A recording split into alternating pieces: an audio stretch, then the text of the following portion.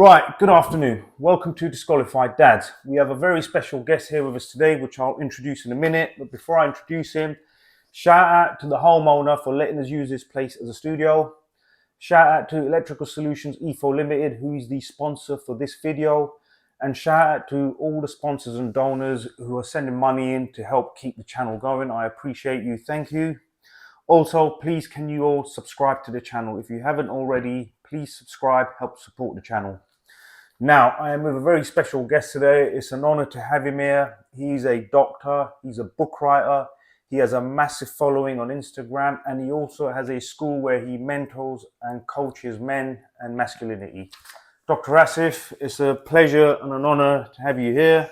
Thank you. Please tell us a bit about yourself and just introduce yourself. All right, so thank you for having me first and foremost. Thank you for the hospitality. Pleasure to meet you. I've been following you for a while and I love the work you're doing. So it's, Thank you, I appreciate that. It's great to meet you in person finally. The iconic orange jumpsuit looks even better in person, and I think it's, you're doing a great job. So shout out to you, bro. Thank you. And yeah, I'm Dr. Asif, been a doctor now for 11 years. But like Farouk said, most of my stuff now is coaching men post-divorce, coaching men through the university journey. We've got a University of Masculinity.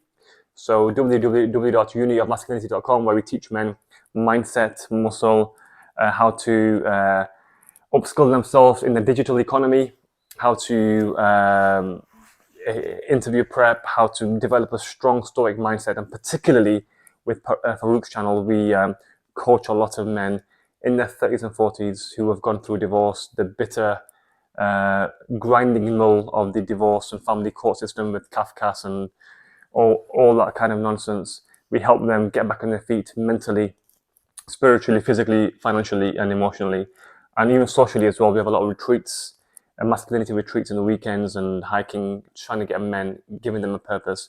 So that's what we do, and I'm a doctor by training, and I also do some mindset coaching as part of the university as well. So give us a follow on Instagram and YouTube.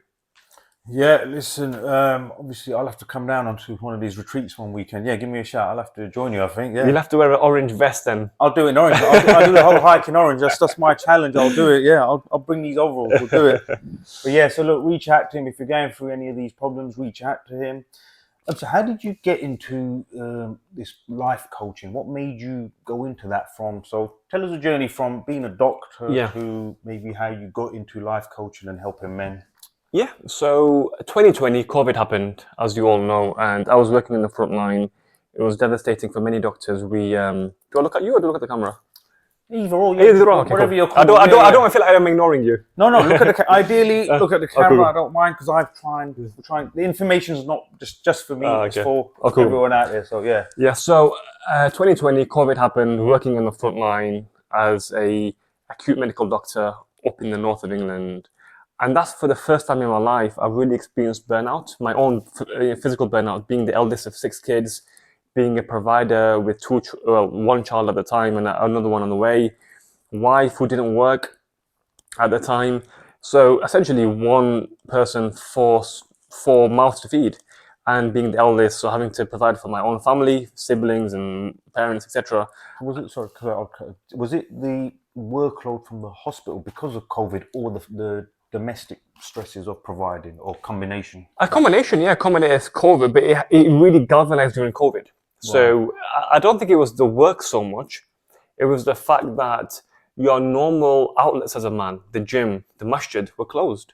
Yeah. So you bring in that work stress home. And I say this a lot of the time, men want peace. We want peace. Men desire peace. It's hard being a man. Working outside, me working in the hospitals. It's very, very difficult being a man. Men want to come home to a house which is a form of what we say in Arabic, sakina. Sakun, yeah. Yeah, it's sakun. Contentment. Yeah. You don't want your wife to come and just be running off her mouth and being stressed, all that kind of stuff. You want to come home to a peaceful house. Yeah. And men, often that's the straw that breaks the camel's back. Yes. And a lot of doctors were coming to me for, look, I'm going through a divorce, etc. And also working in COVID, how can you help me develop a stronger mindset? And I was doing this ad hoc. I was doing this as consultancy basis, not charging. And then I started my own coaching business. It's called AM Coaching. And yeah, that's AM Wellness, which we do now, vitamins and supplements and coaching alongside that. But AM coaching started in 2020. I did my life coaching diploma at that time. Shout out to Speak Up Academy based in London. They do all online diplomas and coaching. So I became a certified life coach and started doing then coaching on the back of that alongside my medical degree. So I use my medical knowledge, psychology in the coaching. So trying to strengthen the mindset. And we've written a 5-star reviewed book called Mentality Monster, which essentially is my coaching distilled into a 40-page manual to really give people a taste of mindset strengthening, because mindset strengthening takes months and months. It takes a long time. We spoke about this off air. How can you make people unlearn what they've learned? And it takes months to unlearn 40 years of conditioning. Yeah. Oh, yeah. So, yeah, I get it. Okay, fair enough. Yeah. All right. That's a very good introduction. I just wanted to ask you, as you've touched on it during the introduction. So, you said about men wanting peace, for example, yeah? In your journey and in your coaching and obviously your previous experience as a doctor, how can I put it? So if we talk about the red pill, there's a lot of stuff that I've learned of, say, the red pill studies, yeah? How did you articulate that conclusion? Because there's a lot of things that red pills say where people may never really understand until you go through something like a divorce. Do you see what I'm saying? And a lot of people, so let's say I watched some of the red pill stuff prior to my own journey of divorce, separation, the family court laws, losing contact with kids. Hence, a lot of this stuff then made sense. Yeah. If I'd have seen that prior to then, I'd be like, what are these guys going on about? What's the crap these guys are talking? I ain't got time for this. I've got overtime to do. I'm gone. Do you know what I mean? So how did you come to that or articulate this conclusion that men want peace? Sorry. Yeah, sorry. Ignore that. It's someone's house. Ignore that. It's a virtual wife. Yeah, exactly. All right, let's go on. Guys, so how did you... Here is your reminder. Sorry, guys. Apologise. Yeah, so how did you come to the conclusion or articulate that conclusion that men want peace when they come home? How do we come to that baseline understanding? Right. Good question. And I think like most men, I learned through experience before I learned through theory. Right, okay, yeah. So after many headaches. Yeah. So, like, for example, I'll give you an example. So as a doctor, we spent 5 or 6 years at medical school. Right. Okay? Before you're even allowed to touch a patient legally, you have to spend 5 or 6 years learning anatomy, physiology, and all these various things before you're legally allowed to be registered. So you learn all the theory, and then you practice as a doctor. Marriage is the other way around. You practice, and then you learn on the job. Yeah. And I think we've got it the wrong way around. And this is why the divorce rate is so high. You're getting people who've never had a long-term relationship, a boyfriend, a girlfriend. We not live with anyone. Being from a Muslim, obviously, background, you don't have that experience. Exactly. Experience, so it's like trying to sail a ship without having the navigation manual. Yeah. And that's what happens, essentially. Yeah. And you end up in a marriage, you want to keep your relationship halal, you have a nikah, but nobody's giving you the manual. The only manual you have is your parents. And that's not always a functional marriage. Okay, so are you saying that for men and women or just the boys? Because you could argue, even as a doctor, would you say that women are a lot more acute to these relationships? Even though they don't have experience, they know how to navigate these emotional situations, how can I put it, more to their advantage. That's true. Men are a little bit lost and all right, just for a quiet life, just not along. Exactly. So men, like I said, like peace. Men don't like to be nagged. And that's why men often conceal things. Because the men just want peace, and it's as simple as that. Men spend a lot of time outside. It's quite perilous. So going back to relationships, I think women are better trained from a young age on how to get what they want. That's instinctive. Instinctive, yeah. So it's if you see a girl playing, 5-year-old girl playing, she's more emotionally mature, in tune, and more mature than the boy. Yes. She won't have to raise her voice. She'll know how to psychologically manipulate the situation to her advantage. Yeah, because their natural fitra. Yeah, exactly. Their fitra is that. Right. Okay. They have to be, because Allah's made them to bear children. So bear a child, you've got to see. Look, and that's why I always, even as a doctor, I trust mother's instinct when it comes to their kid. Whenever a kid comes to me in A&E, I'll trust the mother's instinct. Okay. Mother's like, you know what, doctor, he's not me feeling well for a couple of days. I'll trust the mother more than the father, because she's so attuned to his, physiology. She's so attuned to the way he looks, his body language. And exactly. Yeah, maternally more. Yeah, so she's sharper. And this is true. Women are emotionally more geared. And this is the left and right brain. Men are more rational, and women are more emotionally geared. And then this goes back to neuroanatomy. If you look at neural anatomy, neurochemistry, the whole dopamine regulation system, oxytocin, all these various neurotransmitters, there's a huge difference between men and women. It's like they're different species. But that's the way Allah's created. I agree, they are. It's true. And that's what they say. Men are from Mars, women are from Venus. So people do not know the differences when they end up in marriage. They expect the woman to, be the female version of a man, and the male to be the female version of a woman. And that's what they're saying. You've got to treat the woman as your complementary pair. Allah subhanahu wa ta'ala says Zawj. Zawj means pairing. Zawj means pair. It doesn't mean wife, it means pair. Because Allah subhanahu wa ta'ala speaks about the flowers and the bees and animals as Zawj. Zawj is as pairs. Okay, so let's take this back to so we're opening quite a big kind of big discussion here. So let's dissect further, yeah. So let's try and maybe tune this into, say, like you said, the Muslim community. So we get married, say a young man in his 20s and a girl have got married from the community. They've never lived in haram or a relationship like that, so they don't have that experience or knowledge of how to navigate these relationships. Then in the, say from the South Asian community especially, you may be living with extended family and stuff like that, which brings even more different dynamics, which you have to somehow manage and navigate on the job. So for example, let's look at a typical Asian family, yeah? Especially now more with the property price and stuff like that, there'd be more chances that a guy might live at home with his parents once he gets married while he's saving up to, say, buy his own place, yeah?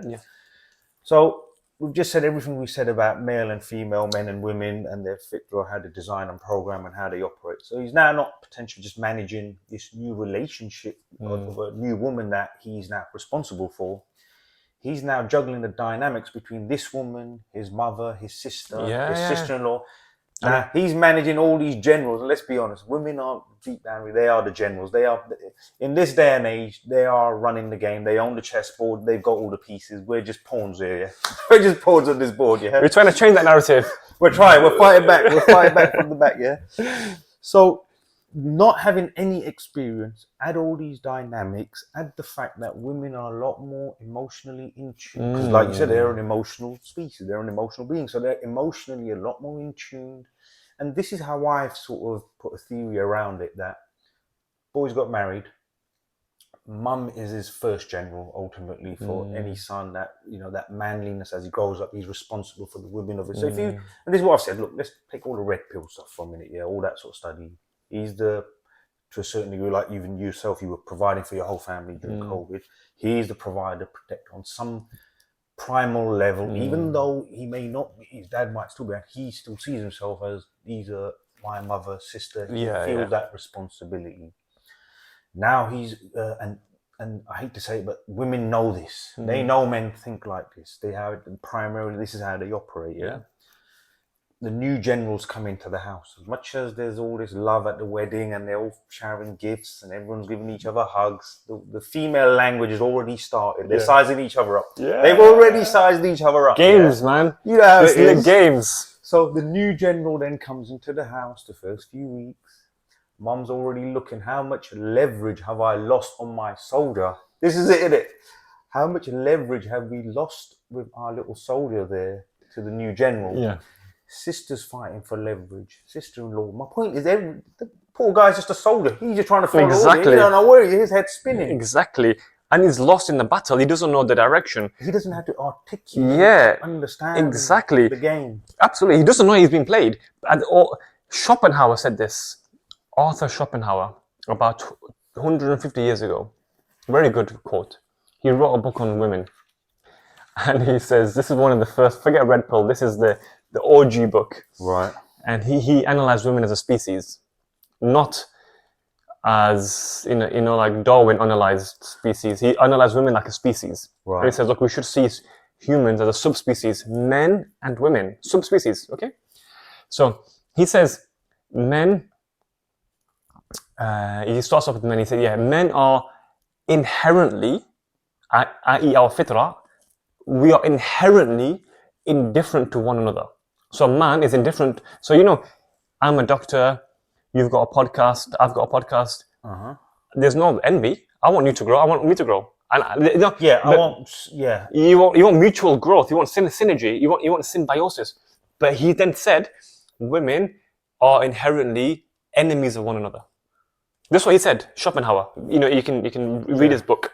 I'll send you the book later, but it's a really good book. It talks about women from a psychological, evolutionary point of view. So this goes back to the point then. He said generals. Generals are all, you can't have 2 generals, 3 generals. You can't have that. Yeah, exactly. So they're vying for power. And this one thing I'll talk about is from experience as well. Women don't appreciate and acknowledge the stress that the poor man is under. He's juggling so many hands here. Mother, sister, often in the wife, her mother. And I always say this, and I've not tweeted it because I'll get in trouble, but I'm saying this, and this is, you know, it'd be disingenuous to say it, to appear on a podcast without saying my speaking my mind. Majority of men's problems comes from females. 100%, majority. I would say 90%. The other 10% is finances, job, etc. But 90% of men's problems come from females. Could be his wife, could be his mother, could be his sister, could be sister-in-law, could be his mother-in-law. The 5 women. Majority of a man's problems come from the women who are first degree to him. And and it's so true. Okay. From a community perspective, let me ask you this, because I've thought this in my head. I've fought this battle in my head many times to try and understand all this madness, And as you said, a man's life is very difficult. He's trying to juggle all these generals from his heart because he loves them or he sees them as his responsibility. Unfortunately, I think the lenses that women view these things are, like you said, is power is my soldier.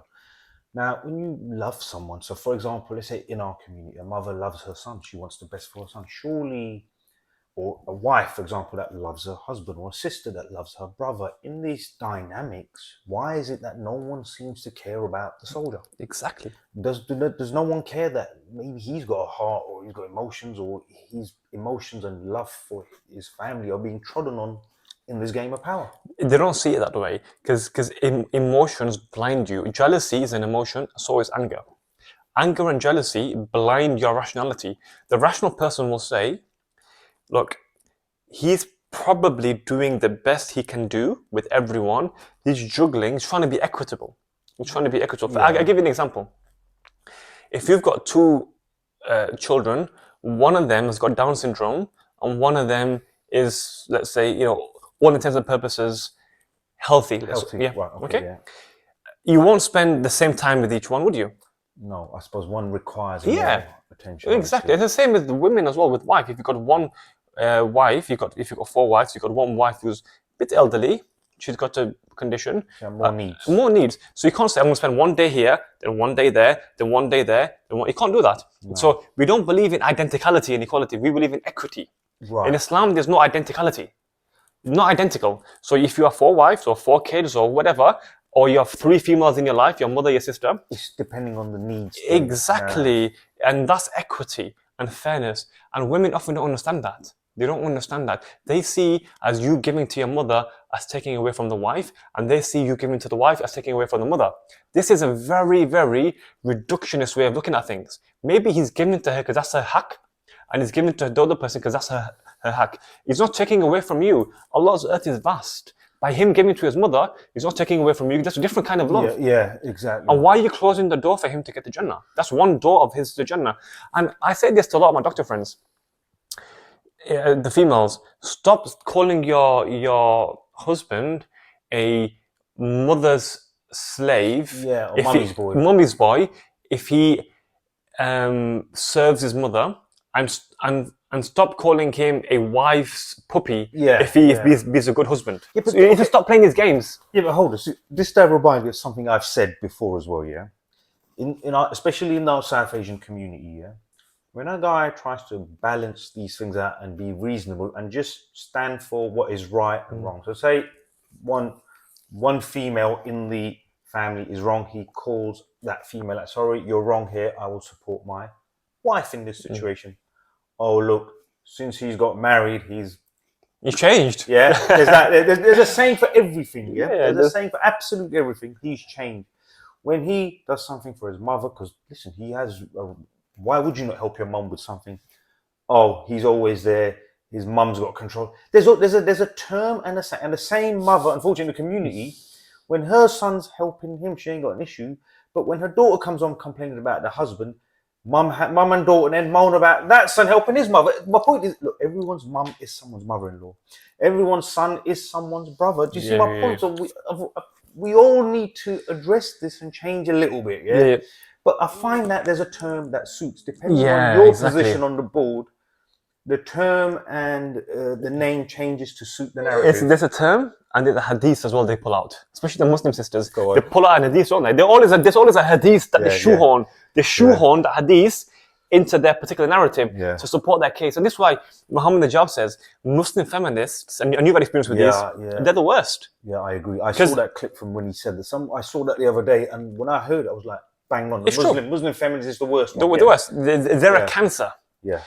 You've got the cancer of feminism, then you've got this extra malignant cancer that's spreading everywhere because they use Islam in a toxic way. The financial hadith. Sisters, I've spoken to so many sisters now, and various debates and subjects around all of this, There's one thing I have now realised. Every type of sister, from the so-called practicing to moderate, let's not call it non-practicing, Allah only knows who's practicing their heart, not. So let's just call it from the moderate sisters to the full-on practicing sisters, they all know the hadith when it comes to finances. They all knew that. They all know that, Sabah. It's very convenient. They all know that. And you know what? They all give Khadija. Even the ones that don't wear the hijab or not practicing, they all give the Khadija hadith. However, Khadija stayed at home and she let the men do her business. And she didn't go out with perfume and not wearing the hijab and high heels and making noise when you travel. So you conveniently ignore that. And it's chopping and changing. Islam is not a pick and mix. Allah subhanahu wa ta'ala says, enter Islam wholeheartedly. A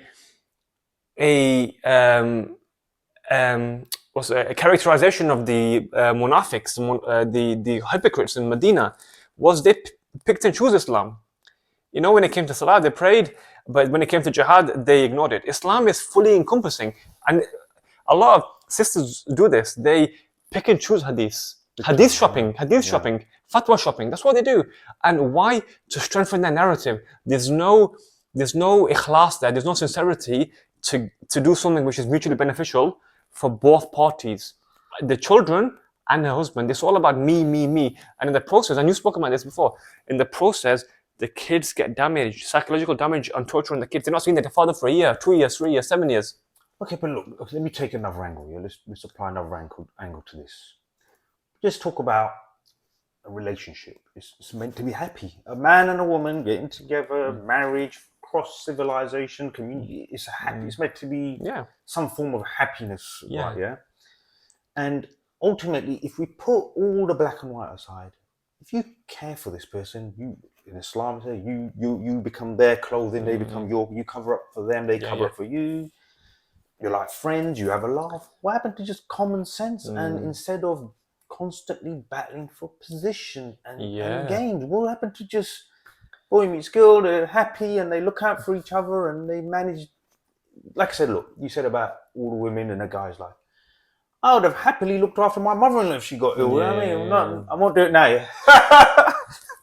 Offer's gone. Mate, I would have done a hell of a lot because again, I saw them as mum and dad. Of course. Getting disrespected to your face doesn't matter. The elders respect. In this respect thing, you get so lost in it, you get taken advantage. You know, women don't understand. They can get a hell of a lot more from a man by understanding his psychology. I'd go as far as saying, bro, women can get everything from that man. The guy, look, this is what I've said. A man, look, do you think a guy genuinely cares about anything? He's come home, he's got peace. This is how a man looks at the family unit. This is my unit. I have to. Even like, I don't want to label any sort of guy, but even how can we put it politely? Someone that is not as resourceful or how can I put it? He's not the best type of hustler, but he does his best in his mind, within his capacity and means. He will do whatever he can for his unit. Yeah, that's his unit. That's how we see it. It's one unit.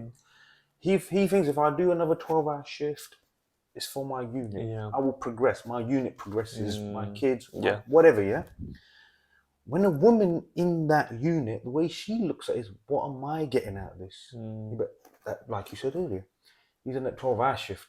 He's done an extra 12-hour shift, but that's going to his mum or sister. He doesn't spend it on me.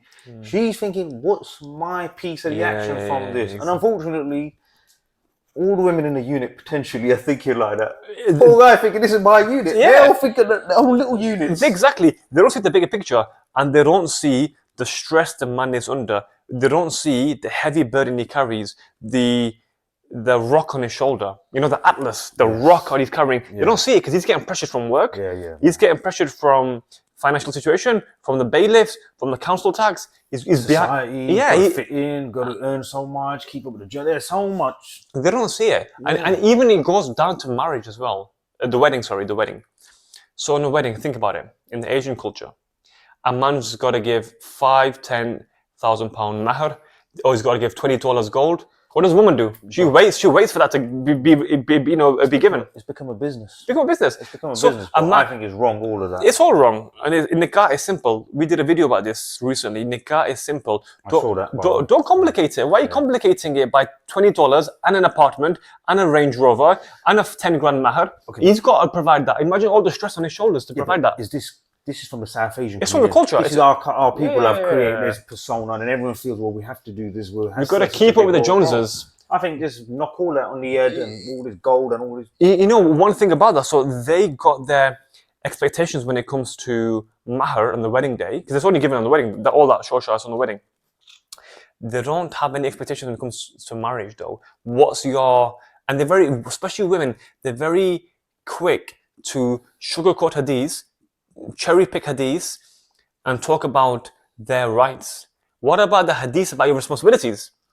Responsibilities. Nobody talks about that. All right, and your role. Dr. Asif, my brain is, just from this introduction, my brain is going in 10 different directions. Let's have a quick break and we'll continue with this and dissect further, because there's so many thoughts flying around. We'll jump onto this. Yeah, good man. Back in a short break. Right, we are back. There was quite an opening introduction. My brain is still fried, so we'll try and pick up where we left off on that same subject. So we're talking about marriage, community, women, men and women's nature, and the attitudes that are coming through now in the community in regards to marriage, relationships, the extended family unit. So let's carry on from there a little bit now. So firstly, also, Doctor, I want to ask you, do you mind talking about, say, your situation with your kids, or you got access to your kids, or anything like that? Are you happy to talk about? Yeah. So before we go any further, can you tell us, I take it you said you're not practicing anymore as a doctor. Mm-hmm. Do you want to talk about that, or how you got here, or that journey a little bit? Yeah, so, no, I still practice now and then, but I'm not a full-time doctor anymore. So we run the online wellness service, as well as the coaching at the University of Masculinity. So it's private sort of? Yeah, exactly. Private supplements, coaching. We do IV drips, etc. But my own journey, going back to kids, etc. So me and their mother separated. Islamic divorce, but legal separation, because we've not done the... registered? Registered. So, but I maintain custody, and someone who understands about importance of male father figure. I've got 2 sons. Right. Okay. Alhamdulillah, they're growing quickly, and I've maintained an informal arrangement where I see them whenever I can see them. Whenever, whether it's every 2 weeks or every 4 weeks, I see them informally. We've not gone through Kafkas. I do understand it. Did you go through court though? No, we didn't go through court. No. So you had an amicable? Yeah, amicable. We went through Islamic Sharia court. Okay. Again, I can say a lot about them. I could say a hell of a lot about them. Good. We will later. Don't worry. We will. Oh yeah. We could talk about these spineless young kids on the phone that take the talaq referrals and that are dishing out colours like Smarties and becoming capitalizing really. And that's the thing. That's the key word. They're capitalizing. because they're It's pocketing decent money it's from money. this. Kula is big business. It's big business. It keeps these imams driving their Porsches. It keeps these guys in nice houses in whatever, London. So, and Islam, there's nothing wrong with getting money from Islamic services, but you must always have sincerity. It's just become a good, like, obviously, as we talked off camera with that podcast I did with that sheikh, it's just too easy to go down the Kula route because there could be a potential £1,000 sitting there. Yeah, exactly. And the imams are not questioning the women. Why are you doing khula? Why are you asking for khula? Is it what's the word? Irreconcilable? Is it irreconcilable? You can't reconcile the differences. You need counseling. Because we talk about couples counseling, and this is something which I'm passionate about, by the way. What about premarital counseling? Do you know in Malaysia? Yeah, they do a course. Yeah, it's compulsory before you get married. before you get married. So nowadays, you got Bushra, a generic, a South Asian name, spending her time in shisha cafes. Now, once they get married, knows all her rights. She knows all her rights. Yeah. She can recite the rights, like back of her hand. Yeah, for what she's getting, she only knows the rights that. Yeah, she's but she due doesn't to. know her responsibilities as a wife. And we spoke about this as well. She doesn't know responsibilities as a future sister-in-law, as a future daughter-in-law. She doesn't know her responsibilities, by the way. Okay, well, let me ask you a question then, before I forget. Whose responsibility is it then to teach that? Okay, look, our mothers were daughter-in-laws once. They've lived these hard lives. They've cooked and cleaned for extended. Our mothers have done these roles, this and that. These sisters that have grown up. Whose responsibility is it to teach them this? Does it fall onto their mum and dad? Yeah, of course it does. So tarbiyah comes from mum and dad. Your mother is not a teacher. I know women in their 20s, in their mid-20s, I know these women personally who have never cooked in their lives. And I'm like, what's happened? Like, where's 25 years gone? Mother didn't teach me. Why? Mother wanted me to become a doctor, solicitor, lawyer, all these things. Again, it's called princess syndrome. Yeah. Mummy's little princess, instead of teaching her life skills. Exactly. Yeah. So you can wrap you up, like I said, your son in cotton wool, or you can prepare him for the knocks that you may get in life. What's better? But unfortunately, I think from our community, there's a lot of this, what I call princess syndrome coming through, which have ended up in divorces. Exactly. Princess syndrome, and I tweeted about this about 3 weeks ago. Princess Ashwarya Rai syndrome, these very average looking girls, like 3 out of 10, think they're Bollywood 8 out of 10s. And they are prepared for their wedding day.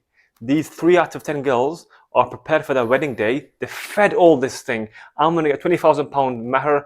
I'm going to get this and that and this amount of gold. And they've been trained for their wedding day. That one day, that barat or rukhsati, whatever you call it, it's not from Islam. This is a Brahmic tradition. It's not from Islam, but these are Muslim young South Asian girls that have been groomed for their big appearance as a bride. They've been groomed and trained for this one particular day, their barat, their wedding day. But what about then 30, 40 years later? So one imam was saying, a lot of these dolled up girls, they've been trained for this day how to fake cry. They've been trained for this day how to fake cry. They've been trained how to walk. They've been trained how to look. It's got to such a level. They've been trained how to walk. They've been trained how to look down for the wedding day, but they've not had a single day training on the marriage. Okay, let me try and process this now. Okay, so let me ask you, who's trained them to do that? Because I know what I'm going to say, but I'll let you answer first. Who would you say has trained them for this? Is it just a situation we found ourselves in now where they love their daughter, it's our little princess syndrome, and now the princess has turned into a monster, they can't control, she's 20 now, too late. Is it that situation, or do you think is it done intentionally, or like you said, the threes thinking they're tens? It comes back down to what the red pill say, the social media. Getting your attention value has increased tenfold. Yeah. And as long as she's a 3, but she may be a 10 because there's still a queue of 10 guys willing to get married to her. So do you see the dynamic? Do you see the problem here? There's so many... It's a queue of simps. It's a queue of simps with blue balls. That's the thing. A queue of simps. Okay, but could you argue... Okay, we could say that, right? Yeah, there's a queue of simps, but They're just brothers who want to get married because it's the sunnah. So, Yeah, of so I course. don't want to paint them to be negative because, like I said, everyone's different, right? Yeah. So these poor guys just want to get married. This girl's happened to have said yes, considering she's got 10 other offers. He's a guy. Like, let's strip it back then, yeah. Let's strip it back to what the simple thinking. Get the, God forbid, the ugliest guy that you know, yeah. The reality is he will never ever really get an offer, yeah. His options are very limited, yeah. Get the girl with the equivalent. Let's not use the word ugly. Let's get a girl with the equivalent looks as the ugliest man that you know, right? Yeah. She's still got more chance of him than getting married. Yeah, of course. So Yeah. ultimately, these brothers want to do the right thing, want to follow the sunnah. They want to get married. This girl's willing. She's, like you said, she's trained to nod. And okay, let's look at the community marriage scam. I've got a whole series on the community marriage scam. Pre-marriage, they're ticking all the boxes, nodding in the right places, smiling in the right places, and like being very, respectful. Yeah, serving the tea to the in-laws when they come for the rishta. I've seen it all before. Yeah, so so they're doing all of that. Poor guy thinks, inshallah, this girl. Okay, Yeah. let's go one step further, right here, bro. Because look, we know in the family court now, we've heard the horror stories. I know a brother, like I said, he married an alima. This girl wasn't just an alima; she was like a head alima of her school, teaching other alimas. He thought, wow, this girl's on the deen. How can you go wrong? But when obviously after marriage, it's a completely different beast. The games, coercive control, narcissism is a completely different beast. Yeah. So these poor guys, like, thinking, okay, well, Bismillah, what are they to do? And like, so if we go back, sorry, trying to cut you again. If we go back to these girls, so the question is this: who's training them? Is it a coincidence how we found ourselves here? Are the parents actively teaching this, or are they just teaching them to get the best for themselves? Because these mothers don't want their daughters to become the daughter-in-laws they were 40 years ago, working in the family home. So do you see what I'm saying? Or is it a combination of all of it? Okay, very good question. And I think it is multi-layered. But regardless of whether the mother doesn't want her daughter to have the same life she did, that doesn't explain why the daughter is a worse wife than her mother was. Yeah. So why can't she cook? Why can't she serve the husband? Why can't she not raise her voice? Why can't she not give attitude? Why can't she not give constant agitation and aggression and be antagonistic? Their mother's not like that. If you look at their mother and their grandmother particularly, they're still a bit more peaceful. Yeah. But we saw a generation change where men became very weak. So if you look at a lot of divorced families, divorced women, look at the father. Father's either not there or he's a weak man. Yeah. Because a strong father would have trained her. No, she would have seen that subconsciously. Yeah, exactly. The subconscious programming would have been, this is what a man is. Exactly. When I see tarbiyah, training as in tarbiyah, the whole molding of a daughter, she would have been molded, and the man would have been molded to be a good husband, but the girl would have been molded to be a good wife and a good mother. A good wife, because she sees her father being, treated and respected nicely by her mother, but now he's seeing the mother undermine the father in every single way. The girl then goes into marriage, she thinks this is how a man is supposed to be. A man is an idiot. Like my father, he's an idiot. He can't even go shopping by himself. He needs my mother to be. Codependency is killing marriages. So when the daughter goes into marriage, she expects the man to be a buffoon. Okay, all right. Let's think of it another way, yeah. So let's say from I'm Gujarati, yeah. A lot of Gujarati households, obviously you're from Pathan background, it's a lot more, I think, a stronger, tribally, a lot more stronger, that sort of culture. Gujaratis are known to be passive. Generally, they're known, if you look at the Asian cultures, someone talks about Gujarati, they're passive people. Indians generally are perceived to be passive, and they are to a certain degree, right, yeah? So Gujarati men say, the elders even, not all of them, but a lot of elders are known to be, for a quiet life, just nod along and keep mum happy. Mum generally runs happy the house. Wife, happy life. This whole nonsense. The whole this myth. Nonsense, man. That's whole myth, yeah. But so if a girl has grown up, seen her dad being, like I said, and I've been, look, even before I got married, I went to see some potentials. I saw I thought my dad was laid back, but I saw the roles of some of these fathers.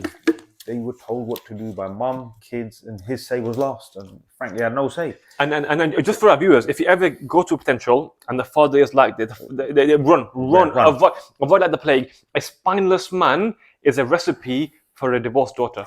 Respectfully, have your samosas. Have your samosas and say, get your tea. Yes. But don't marry that woman, because be polite, respectful, but get out. Run for it, bro. Run for it. Yeah. And only like this is something I do teach at the University of Masculinity.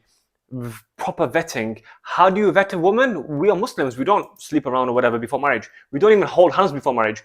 How do we vet a woman properly? Go to her dad. If he's a rajul, if he's a man and not a youth, a weak, spineless man, then you take it further. But speak to her father on the phone.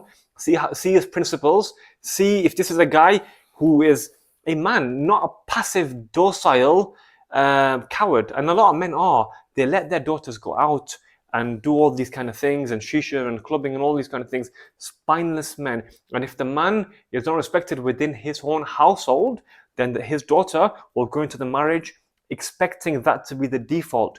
And whenever she encounters a man who is not like that, i.e. a man who's a proper man, will end up in inevitable divorce, or it will end up in a miserable marriage where the roles are reversed, where she wears the trousers. This whole thing about wearing the trousers, she wears the trousers, she's the boss. I see so many men saying that, proudly saying that.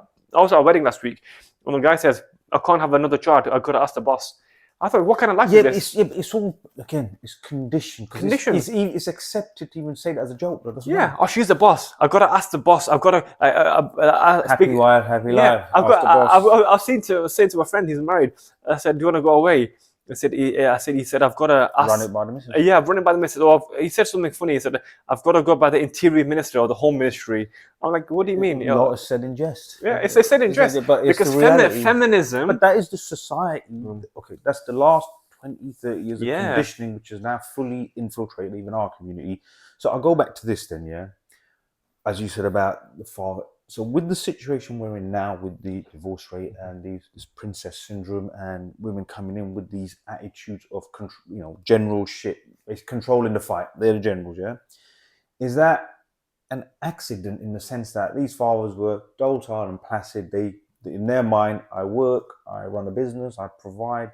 That's my bit done. Home, I just want a quiet life. Let mum take care of household duties. Hence, he wants less earache, so to speak, so just nods along, yeah? You know, that strategy with the old nagging, yeah? They just shut down, think, yeah, all right, whatever, yeah? So is it just an impact of that where, so these girls growing up in these households, I've noticed, hold on, mum gets her way when she starts nagging or aggressively put this point.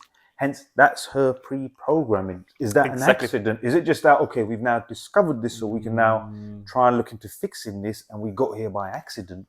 Yeah. Or is it the environment and society that we're in this Western sort of culture? It's never an accident. How we find ourselves in today's society it's been planned. Nothing is by accident. As a doctor, I always go upstream. So if I give you an example, if I'm at the bottom of a stream and I keep pulling out fish, and some of them are drowning. I was trying to save them, but they die. Trying to save, they've got like oil on their back.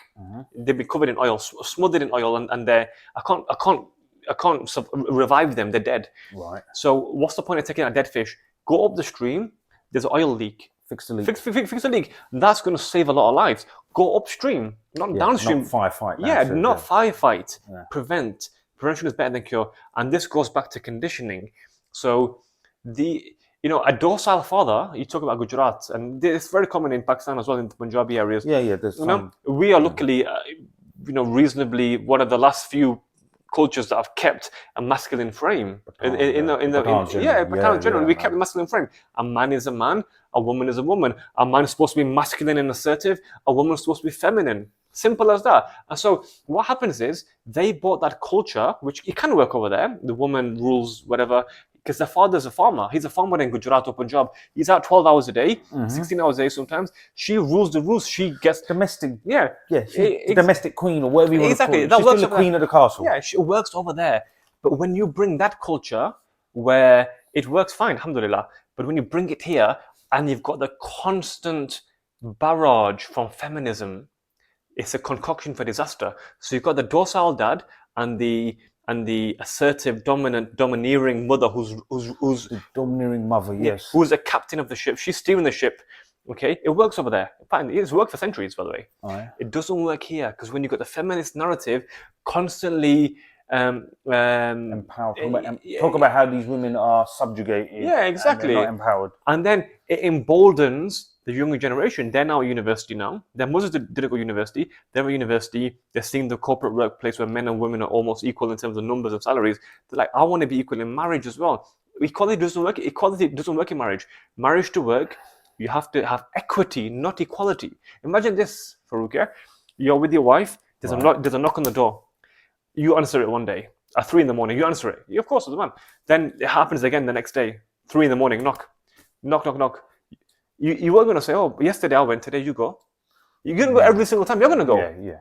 There's no equality there, is there? No. As a man, that's your unit. He's your it unit. Doesn't matter. Yeah, you've got to man your post. Absolutely, you've got to man your post. It's a primal condition. You'll man your post. Exactly. Yeah. And so women love equality when it suits them, and the feminists are the worst. The Muslim feminists are the worst because they sugarcoat Islam. They take then the worst of feminism and they give an Islamic spin to it. And this is why you see divorce rates in the Muslim community more than half now. We've caught up with the West. Okay, I'm gonna put my brain is fried here. I need to try and get a handle on this. There's so much information. Right. Okay. Look, let me try and channel this a different direction. Yeah.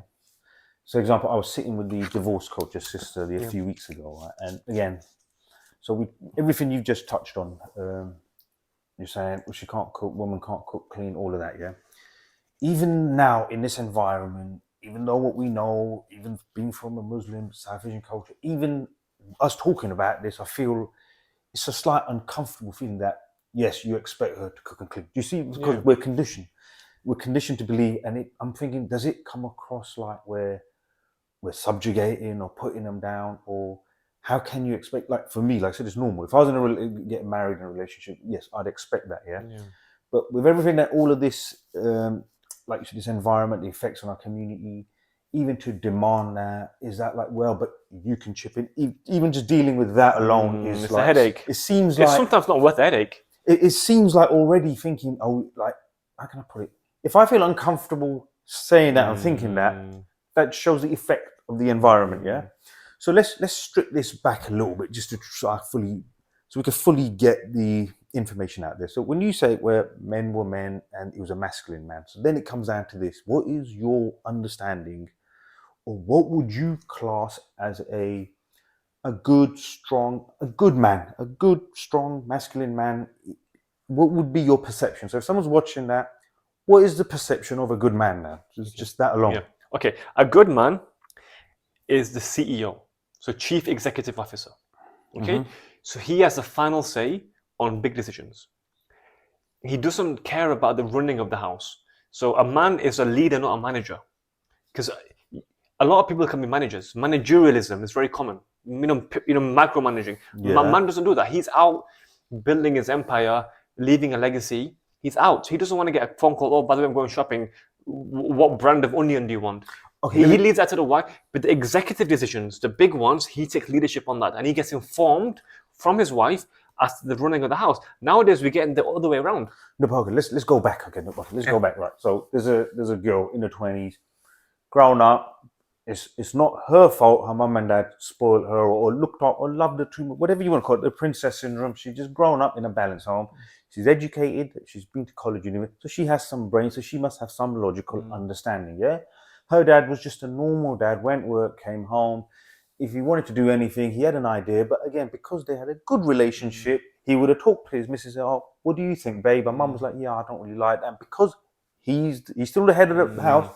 In his mind, he's just protecting his unit. My unit wants to go holiday to Greece. I'm happy with that because we have a balanced relationship and I don't really care. She's happy, my kid's happy. So dad's like that. That could also be seen as or perceived as passive and docile. So that girl, in her mind, say she's thinking this. And then she, in the 20s, like I said, say they get married. What is she to perceive as? So if you then come to her with that element of, I'm in charge, you're second in command, even that language, could it be perceived as a harsh language to someone who's come? Do you see where I'm coming from? So how would you then articulate this to someone like that to say, no, you don't work for me, you're not under me. This is still a normal, happy relationship, but without this. How can I put it? Because sometimes I sort of try to think everything we can talk and say everything as we are, but we know our hearts clean. We're not looking to control someone or subjugate someone. So how would I say a 20-year-old with all this other feminism coming towards a different culture? Islam's already on the attack, and their women aren't treated equally. All of this, and your culture's backwards. And then we're talking about masculinity, strong men being leaders. Can that be perceived as combative in the head? Like, oh shit, like this is all coming at me. I need to stand my ground. Do you see where I'm coming from? Yeah. So how would you tell those sisters that, look, sisters, this is what a definition of a half decent man is, potentially. Okay. How would you articulate it for that? Okay, so a decent man is one who has his role model as the Prophet Muhammad, peace be upon him, sallallahu alaihi wasallam. So he's the epitome, and it will be remiss of me to mention anyone other than him, because he is the best of examples. So how is he as a man? Feminists, particularly Muslim feminists, love to talk about Prophet sallallahu alaihi wasallam being gentle with his wives, being, softly spoken. He was softly spoken to men as well. Manners. Exactly. Respectful. They see that, but they don't see the whole picture. And my question to these women, sisters, feminists, etc., is: have you read his seerah? Have you read his biography? Have you read his biography, or one of them? There's actually a very good one written called Al-Rahiq Al-Makhtoum, which means the sealed nectar. Read that. It's a short read. It'll take you a few days. Read and see what kind of man he was. Yes, he was a loving husband, but he was also assertive at the same time. Yes, his discussions with his wives formed what we now know as the Sharia, but at the same time, he had the final say in the decisions. He had the final say. He did discuss, he counseled his wives, but at the same time, he made the final decision. There was no equality there. He was a man who had the final say. He was a man, yes, he contributed in the house, but majority, even his daughter, Fatma, she came to him, she said, my hands are chapped, my hands are dry from the housework. So even then you got an idea, majority of the housework, if you're looking at the feminist narrative, where 50-50, majority of the housework was done by the women. The majority, actually all of the fighting was done by the men, and the household chores were done by the women. Yes, you could contribute, you can certainly contribute, and it even goes out financially as well. You can contribute to the man looking after the family, but the majority of the financial obligation falls on the man's shoulders, 80-20 or 100, 0, 90-10. If you contribute, that forms your zakat. But when it comes to financial and spiritual obligations, the man is ordained to act and provide. So when it goes to what a good man is, you always go back to the Prophet, peace be upon him. He was a perfect man. But a lot of Muslim women, Farooq, they cherry pick the Prophet and they use him, misuse his example and say, look, he was soft with his wife. He was soft with his wife, but he was a leader who had to lead. Gave him that, okay, even if he was soft, right, they still gave him the respect as their husband and obviously the Prophet, So it comes back down to say, how do we take those lessons and examples, and obviously we have our religion of the Prophet and what he left us, right, the Sunnah of the Prophet, right, How do we apply that in day-to-day relationship again now, or when we are choosing a spouse? And when fathers say, again, so when we said, like, example, so if we go back now, right, so these girls, the situation was what is playing out, this princess syndrome, this combative energy, coming into marriages, generalship, fighting for position, all of this now, and we go back to the examples left to us by the prophets and the Sahaba.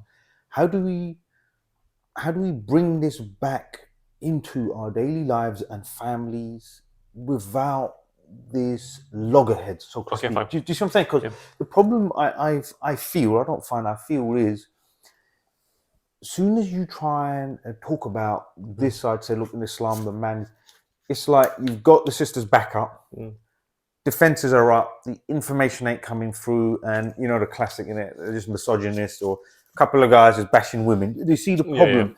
And I'm trying, I'm very careful in myself sometimes to try and think, okay, how do we bring those defenses down. Say no, because look, at the end of the day, I've got sisters.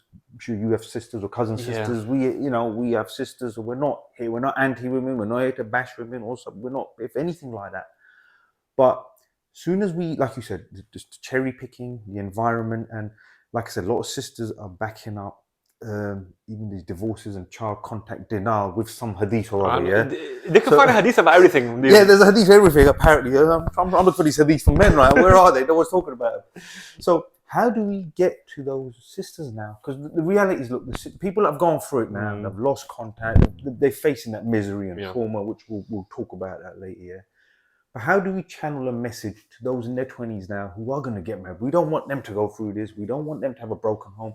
We don't want our sisters or any woman from any community having to go through life on her own, ending up alone and miserable. So exactly. How do we channel this without getting their guard up and making them less combative? Okay. Because my point is, some sisters could be watching now.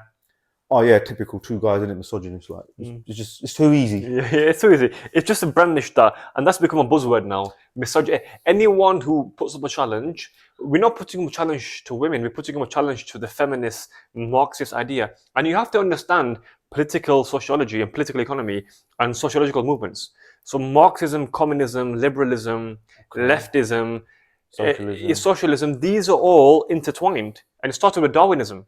Right.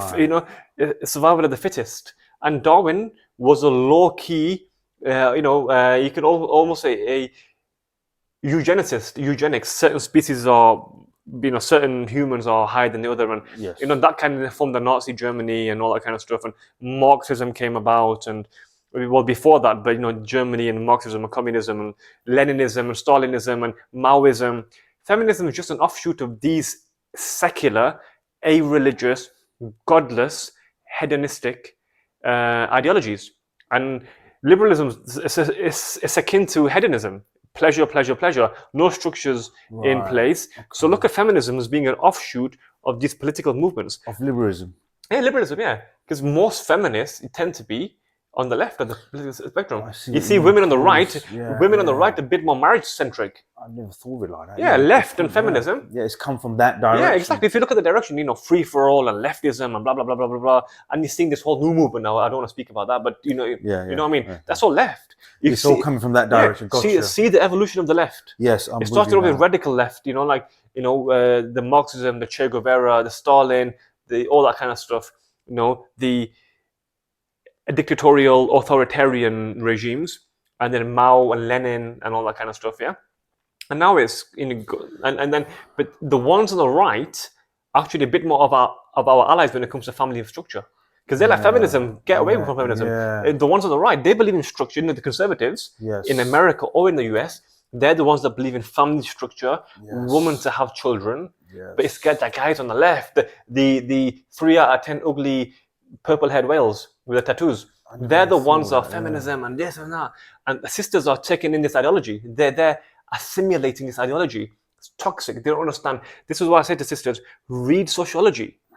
If you're so smart and go to university, read political economy. Read the works of Engels, Marx, Weber. Read about Stalin and read about all these guys in Soviet Russia and East Germany and their toxic narrative, which was based on Nietzsche and all these philosophers of the 19th century. They don't, if you don't know, it's willful ignorance. And you're taking feminism and you're mixing it with Islam. And like Brother Muhammad Hijab says, this is the worst combination. You're cherry picking hadiths, you're using the toxic feminist ideology. And I say to the sisters, have you ever met a beautiful feminist?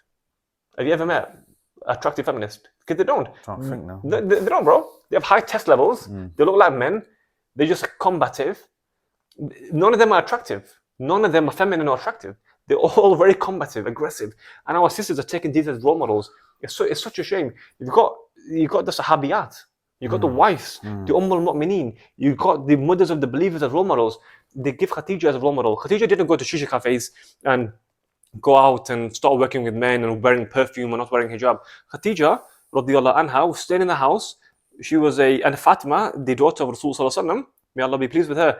She stayed in the house. She was modest. She was shy. She covered up. Even on her death, she said, bury me at night time so nobody sees my body. Now these same feminists are not wearing the hijab, they're not praying, they're wearing perfume, wearing high heels, and they talk about Khadija. Khadija was a loyal wife who died during starvation. There was an embargo, a boycott of Mecca, and she died during that time where they had to eat leaves. She stayed with her husband through thick and thin. These bushes would then run to the parents if this happened.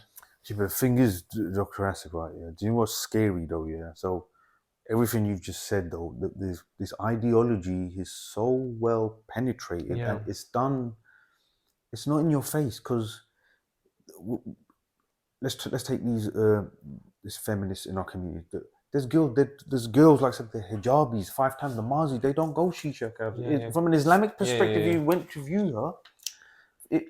She's mashallah. She's the perfect bride. Like from an Islamic perspective, she ticks every single box. Yeah, she does. Yeah. And this is the problem. This ideology is it's in your face. It's penetrated within a belief system where it's Islamically then justified with hadiths and they're quoting other muftis say this mufti said this is my right. And so my point is, look, if for example, if you went to get married, right?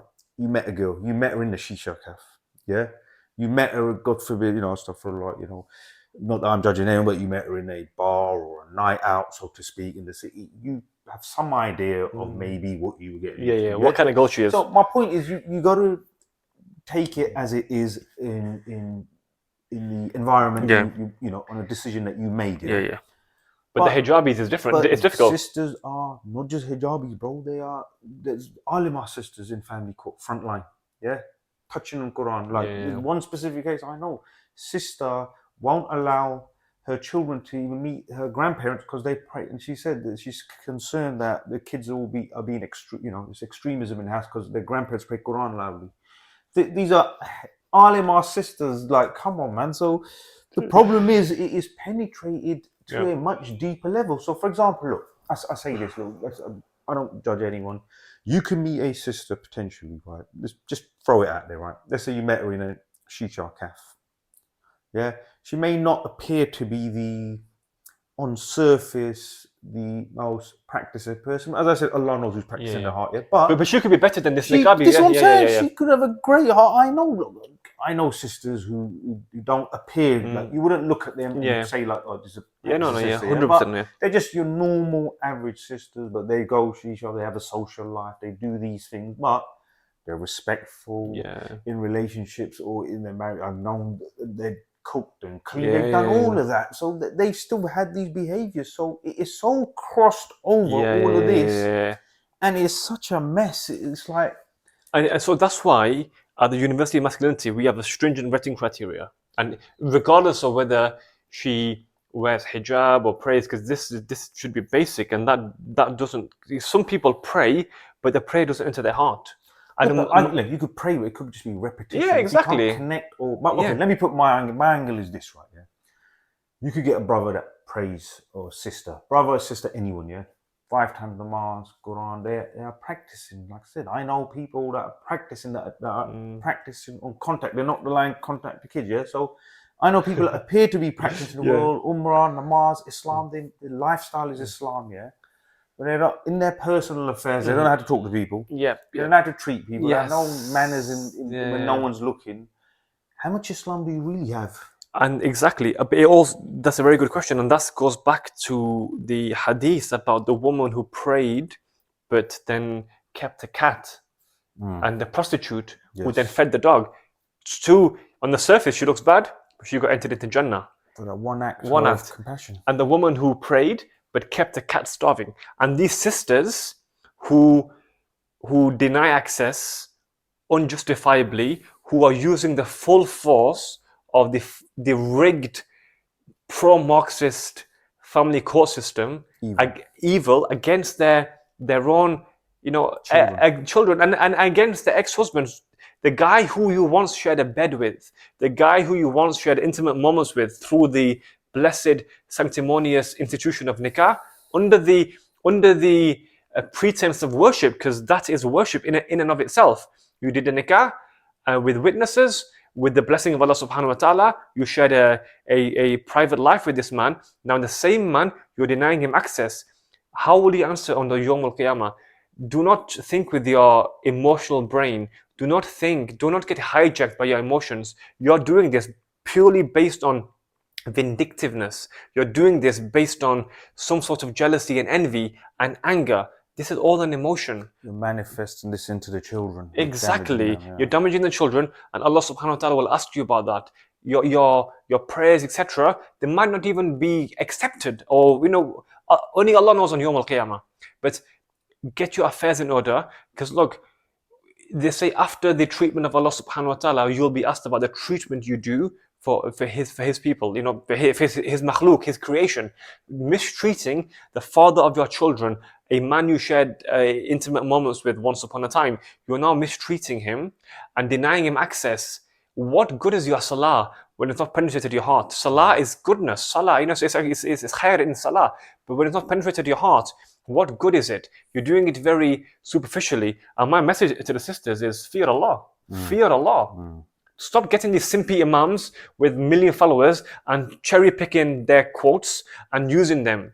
And thing is, when you sleep at night, do you really have peace? Do you really have peace knowing that the father of your children can't see them and he's probably depressed and crying? I know that for a fact because I see these men. They phone me for coaching and I'm trying to help these men. But what can I do? Give them 6 sessions of coaching when the real cause of the symptom is still there. The cause is lack of access to their children. And sometimes the children live 20 minutes away or literally in the same park. The children go to the same park where the father lives, but he's not seen them. I know one brother, 7-8 years, subhanAllah. He's a broken man. He could easily see them if the mother was not so stubborn. And stubbornness is not from Islam. This stubbornness is not from Islam. We are stubborn on good, and we are loose when it comes to the bad things.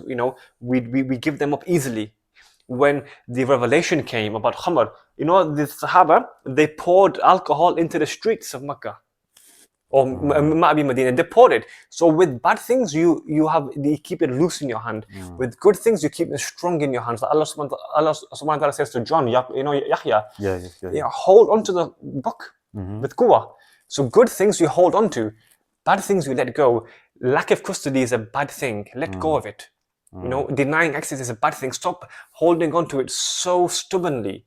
And using the system in its full might. This is a shaitanic system. No, but let's just remember, sisters, look, my message to sisters out there is those legal aid lawyers, those women's aid, those people that coerce you into these allegations to give you best, but they have no care or concern for you exactly. or the children.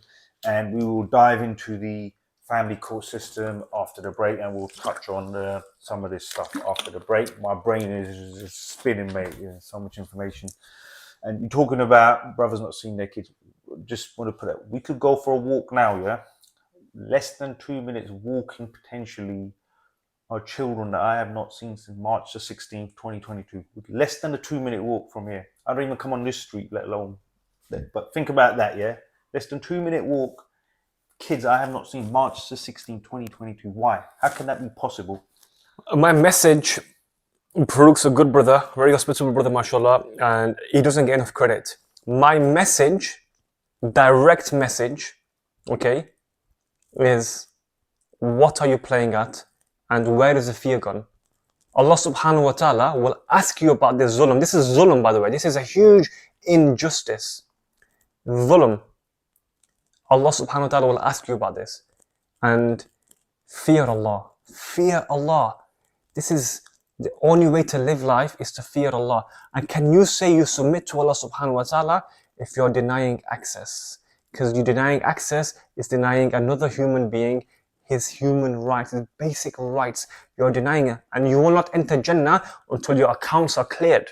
Your accounts are cleared. Your debt and the rights of the other humans you took away. Rights of the children. Absolutely. And what happens if the children who don't have the father in their life now grow up to be less than their potential? They grow up less than their potential. Why? Because they had cortisol running through their brains. They had adrenaline. They were constantly anxious. And how do you know the kids don't sleep at night missing their father? Cycle of trauma. Cycle of trauma. And then you're setting them up for failure for the next generation. Definitely. Cycle continues. Stop playing games and fear Allah subhanahu wa ta'ala. The family law system will always empower you. It's Dajjalic. It's Dajjalic. They will empower you to not give access because you're a strong, independent woman. All that stuff. This is very Dajjalic. It's very evil. And do not fall victim. They say if someone was given free alcohol, he wouldn't buy it, free alcohol. He wouldn't get the free alcohol. It's free. You're doing the same thing with the family court system. It's free, legal aid, but they're giving you something free which is haram. Do not take it. Do not be brainwashed. Dr. Asif, let's go to a quick break. Back in the mole. Oh, sorry. Right, we are back. We've got a lot to get through. Dr. Asif, we could obviously talk a hell of a lot on the first two subjects that we covered. I think we need a podcast just for that alone, yeah? So let's try and move on a little bit to the family court, access, children, how to avoid these issues, just little stuff that you teach in your university, the vetting process as we talked about, and generally how men can do better and be better and how to cope once you're in the system and all of that side of it, yeah? Yeah. So, yeah. Yeah. So, go on. No, any way you want. Yeah, so family court breaks a lot of men. It's not a pleasant experience. I see a lot of my coaching clients who have been through the meat grinder that is Kafka's, the heavily skewed and biased system which disproportionately favors women in a very systematic and overt way. It favors women. To try and equal the books, they've gone too much the other way. Yeah, but did you know Kafka's social workers, I think, don't quote me on figures, but 80% of women. Yeah, and who are they trained by? Women's Aid. Women's Aid, yeah, exactly. Yeah. There you go, innit? Exactly. So it's very skewed and biased. They've already got a conception of men as being perpetrators. And men are guilty by association, i.e. guilty by default because they are men. Guilty by gender, yeah. Guilty by gender. If a woman puts on an allegation of some sort of abuse, coercive control, domestic abuse, financial abuse, whatever, she is reflexively accepted as being truthful, and the man then has to prove himself innocent. So he's guilty until being proven innocent. Going back to the question about how men can prepare themselves. So you don't want to go for divorce. It's not a pleasant experience, but 50% of marriages end in divorce. 50%, and I don't see that reducing. Okay, as you know, yeah, as you we all know, and cross-culture, community, religion, women are initiating divorce globally, including the Muslim community. Yeah, so it's only getting higher. It's only getting higher. And this 50% rate is quite generous, by the way. There's a lot of divorces that don't get documented. Close to 80% from what I've... Yeah, exactly. Sheikh Sohail. Sheikh Sohail mentioned in the community, 80% are initiated by women. Yeah, exactly. The women are going to the Sharia Council. And these spineless, sin-pee imams are just giving khulas like sweets. And how can a man prepare? Okay, you don't want to prepare for divorce. It's not nice. Before we go into that, let me ask you a question, because I wanted to ask you earlier, I forgot, but you just reminded me again. Okay, so, with this argument with, firstly, so let's talk about the imams and the community, yeah, because we can both relate to this now, yeah? What do you think the imams are not doing? So the community leaders, the imams, the scholars, the muftis, what are they not doing, do you think? Okay, very simple. The imams are not being balanced in their representation of intergender rights. So all they talk about is women's rights, women are supposed to be protected, but they never talk about a woman's duties and a man's rights. It's 50-50.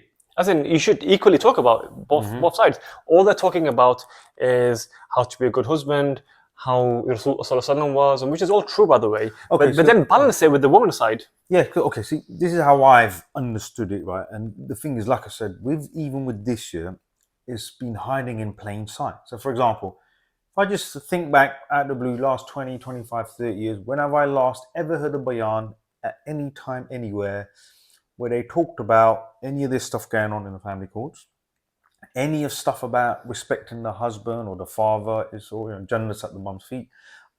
Top of my head, I can never recall it. So they've just it's not that they're saying anything wrong, they're just not talking about that bit of it.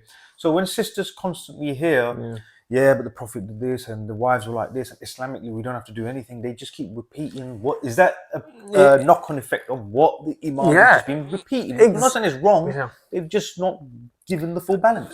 They've not given the full picture. Sisters are picking up on these sound bites and running with them. They're running like Usain Bolt. They're just running away. Get the sound bites from these muftis and running. Not the full picture. What about the hadith? We have example of when the Rasul Sallallahu Alaihi Wasallam, when the Sahaba came and they said, we saw people worship in Syria, I believe, people worshipping other people, and he said, this is not ordained in our deen, but if it was, it would be the wife to the husband. And the story of the man, the woman who came to the Prophet Sallallahu Alaihi Wasallam, she said, my husband does not allow me to visit my father who is ill. He's on his deathbed. He's told me to stay in the house. Effectively, words to that effect, and he said, obey your husband. Yes. So the balance is not being given. The balance, it's like the sisters. So they're empowered. Yeah. With this constant talking of one side of the hadith and just about the women's right, they have empowered this behavior. Yeah, because Islam is about balance. Allah subhanahu wa ta'ala says in Surah Rahman, I have created mizan. The mizan is the balance. So you can find the balance. And there's no balance now. Our commercial celebrity scholars, they call them scholars for dollars, they followed the feminist narrative of just talking about women. That's all they're talking about. Because that gets clicks. Global following. It gets a global following. A lot of sisters on Instagram. Exactly. Globally. Sisters, subhanAllah, throwing their hijabs on stage. Like, literally, this has become the global stardom now of these celebrity imams. Islam is balanced. If you're going to talk about women's rights, talk about men's rights as well. It's balanced. Hot and cold, black and white. Even Jannah and Jahannam in the Quran are mentioned equally. They're mentioned at the same time. The same amount of references. You have to have balance. Okay, let's tackle it another way. So let's take it to, say, a local imam. So the local mosque in most communities, from what I understand, or the ones that are talking about, they're very little. They're hand few, right? Yeah. Now, let's say, so you go to the imam, you need to talk about it. If the imam's not been through divorce himself, or he's, say, a young imam who's newly married, he doesn't have the knowledge, experience, right? Or if an imam has not experienced some of the stuff that we hear from a lot of brothers where they're being controlled and managed in these relationships, they're being emasculated, disrespected by the in-laws. If an imam has never experienced it, their argument could be, well, what do you want me to do or say? So how do we bridge that issue? Because I'm just trying to think what the imams will come back with. What do you want me to do about it? Yeah. Why is it... Okay, let's say, can an imam go as far as saying, okay, what's it got to do with me? Why is it my job? Because the imams have neglected the... Just to clarify, when I say imams, I'm talking about all the religious leaders. So imams, muftis, as a community. Exactly. Collectively, So imams have shunned their societal obligation. They only see Islam as something to do in the masjid. Islam is a social structure. The society. Yeah, exactly. Islam provides a system. Financial system, an education system, a spiritual system, a intergender marriage system. So when Imam says nothing to do with me, everything is to do with you, because you are a Muslim leader.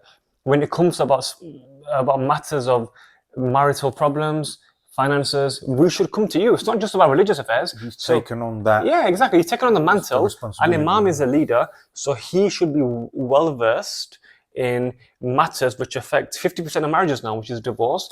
And 80-90% of them divorces are initiated by the woman. She's been empowered. Like they say, I don't know, maybe 100 years ago, probably less than 10% of women asked for divorce. But now, majority are asking for divorce. There's like across culture. Across communities, cultures, religions. And it's seen as a badge of honor. Yeah. Single mother, powerful single mother, strong. I did it by myself. Okay, so look, do you think also the fact that because from a South Asian community, divorce was always seen as a taboo. It was like a woman did not want that. That kept the marriages together. Rightly or wrongly, people stuck it out. But do you think it also could be the factor that because now we've got accustomed to the environment of the Western culture where divorce is not seen as that big a deal. A divorced woman is not that big a deal. So now where our community, the women in our community are looking at divorce as it's not that big a deal, and well, ultimately I'll end up with a house, the kids and all the money, so it is not that big a deal for them, yeah?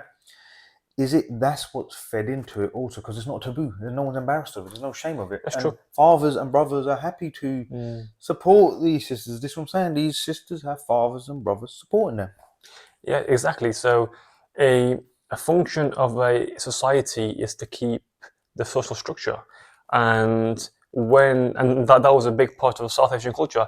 As much as I don't like many aspects of it, one aspect I did like, particularly in the Punjabi community, Sikh Punjabi community, the divorce was a taboo. And I had a lot of friends. Yeah, even Gujarat, it was Yeah, taboo. it was a taboo. Genuine Asian community. You never knew Yeah, when I was divorced when exactly. you were a kid. Yeah, regardless of religion, whether you're Hindu, Muslim, or Sikh, Culturally, yeah, you culturally, divorce was a taboo because the divorced, particularly divorced single mother, was seen as a never event. These things don't happen, but now women will divorce you in the shower. Because they've been empowered. They don't see it as a bad thing. This is why in Islam, a woman can't divorce a man. She can ask for khula. I understand that. Look, you know, when you grow up, you read these things. One man's equal to two women. You know, you read. You don't fully understand them. Now, knowing what I know, I can fully see why the hikmah behind that. And, you know, you read that. If women had the power in Islam, we would all be divorced 5 times over. Bro, it's just, they divorce you 20 times a day. Yeah. Exactly. Literally, 20 times a day you'll be divorced. You'll be divorced when she's in the shower. You'll be divorced when she's in the kitchen. You'll be divorced. Well, they are empowered and they are doing it globally. So that is why the hikmah is in the Quran. Right? And then, like, I'm a medical doctor. But before I'm a medical doctor, I'm a Muslim. Okay? Islam gives me life. Okay? What's the point of any degree or any title if it's not within Islam? I implicitly believe what my Lord says. What my Lord has revealed in the Quran, which is his literal word. The Quran is not a translation. It is his literal word. It is the word of the Lord. What he says, I implicitly and explicitly and unapologetically uphold. And when his messenger is the divine example of good character. He was sent divinely inspired words that came to him through the angel Gabriel. So the Prophet Muhammad is the embodiment of perfect masculinity. And when he gives his hadiths about the women's nature, about why 2 equals 1, and Allah subhanahu wa ta'ala even says it in the Quran as well, bring another witness in case the other one forgets. Allah says it in the Quran. He is the divine and supreme manufacturer of women's psyche. Now I understand women's psyche. I've written, I'm writing a book about it at the moment on women's, the games women play. But he's the ultimate creator. He knows them better than any doctor does. 100%. So when he's telling us, get a second witness in case she forgets. Yes. And Rasul tells us about women being from the bent rib and being inherently ungrateful, and when Dajjal comes, they'll be the ones following him in the majority. Army of women. Yeah, army of women, because they are more impressionable. Yes. And I have no unease or shame, or I have no kind of, what's the word, fear expressing these, because these are from my Lord. Yes. These are Islamic injunctions, and feminists are uncomfortable with this. The hijabi Muslim feminists are uncomfortable with this. They're uncomfortable with the hadith about a woman's nature, but they are very comfortable with the hadith about men's women's rights over men, etc. Yes. Cherry picking. Yes. Okay. So all right. And yeah, you're right. They're very forgetful and selective in the family court. That's for sure. I've witnessed it firsthand. Yeah. So right. So the religious leaders need to do more. They need to at some point start coming out openly calling this out, right? Otherwise there will be no Congress on Jummah. There will be no one left there to listen, because they'll all be from broken homes eventually. Yeah. So exactly. So they need to come out and do more and talk openly and more about this and put some balance to this. Yeah. We know, obviously, like you said, from scripture, from hadith and Quran, that this ultimately is inevitable. Yeah. Yeah. There is some, and when you end, I mean, some may find it's hard to believe, but when you enter the family court system, I think, okay, this is what I've said about the family court system, yeah? Look, we grew up, we've been to mosque, we understand religion, we understand Islam, we understand good and evil. Everyone has some concept of good and evil, yeah? But can you truly say that you've seen evil in your lifetime? Like real evil? No. Neither did I. So I understood what evil was. You could ultimately assume someone that, when you were a kid, you nicked a little sweet from a shop, whatever. Is that bad? That's bad, but is that evil? when you enter the family court system and you see the mechanics and the process of the system there in place, I believe that is True pure evil. Yeah. That is truly evil to the core and its nature.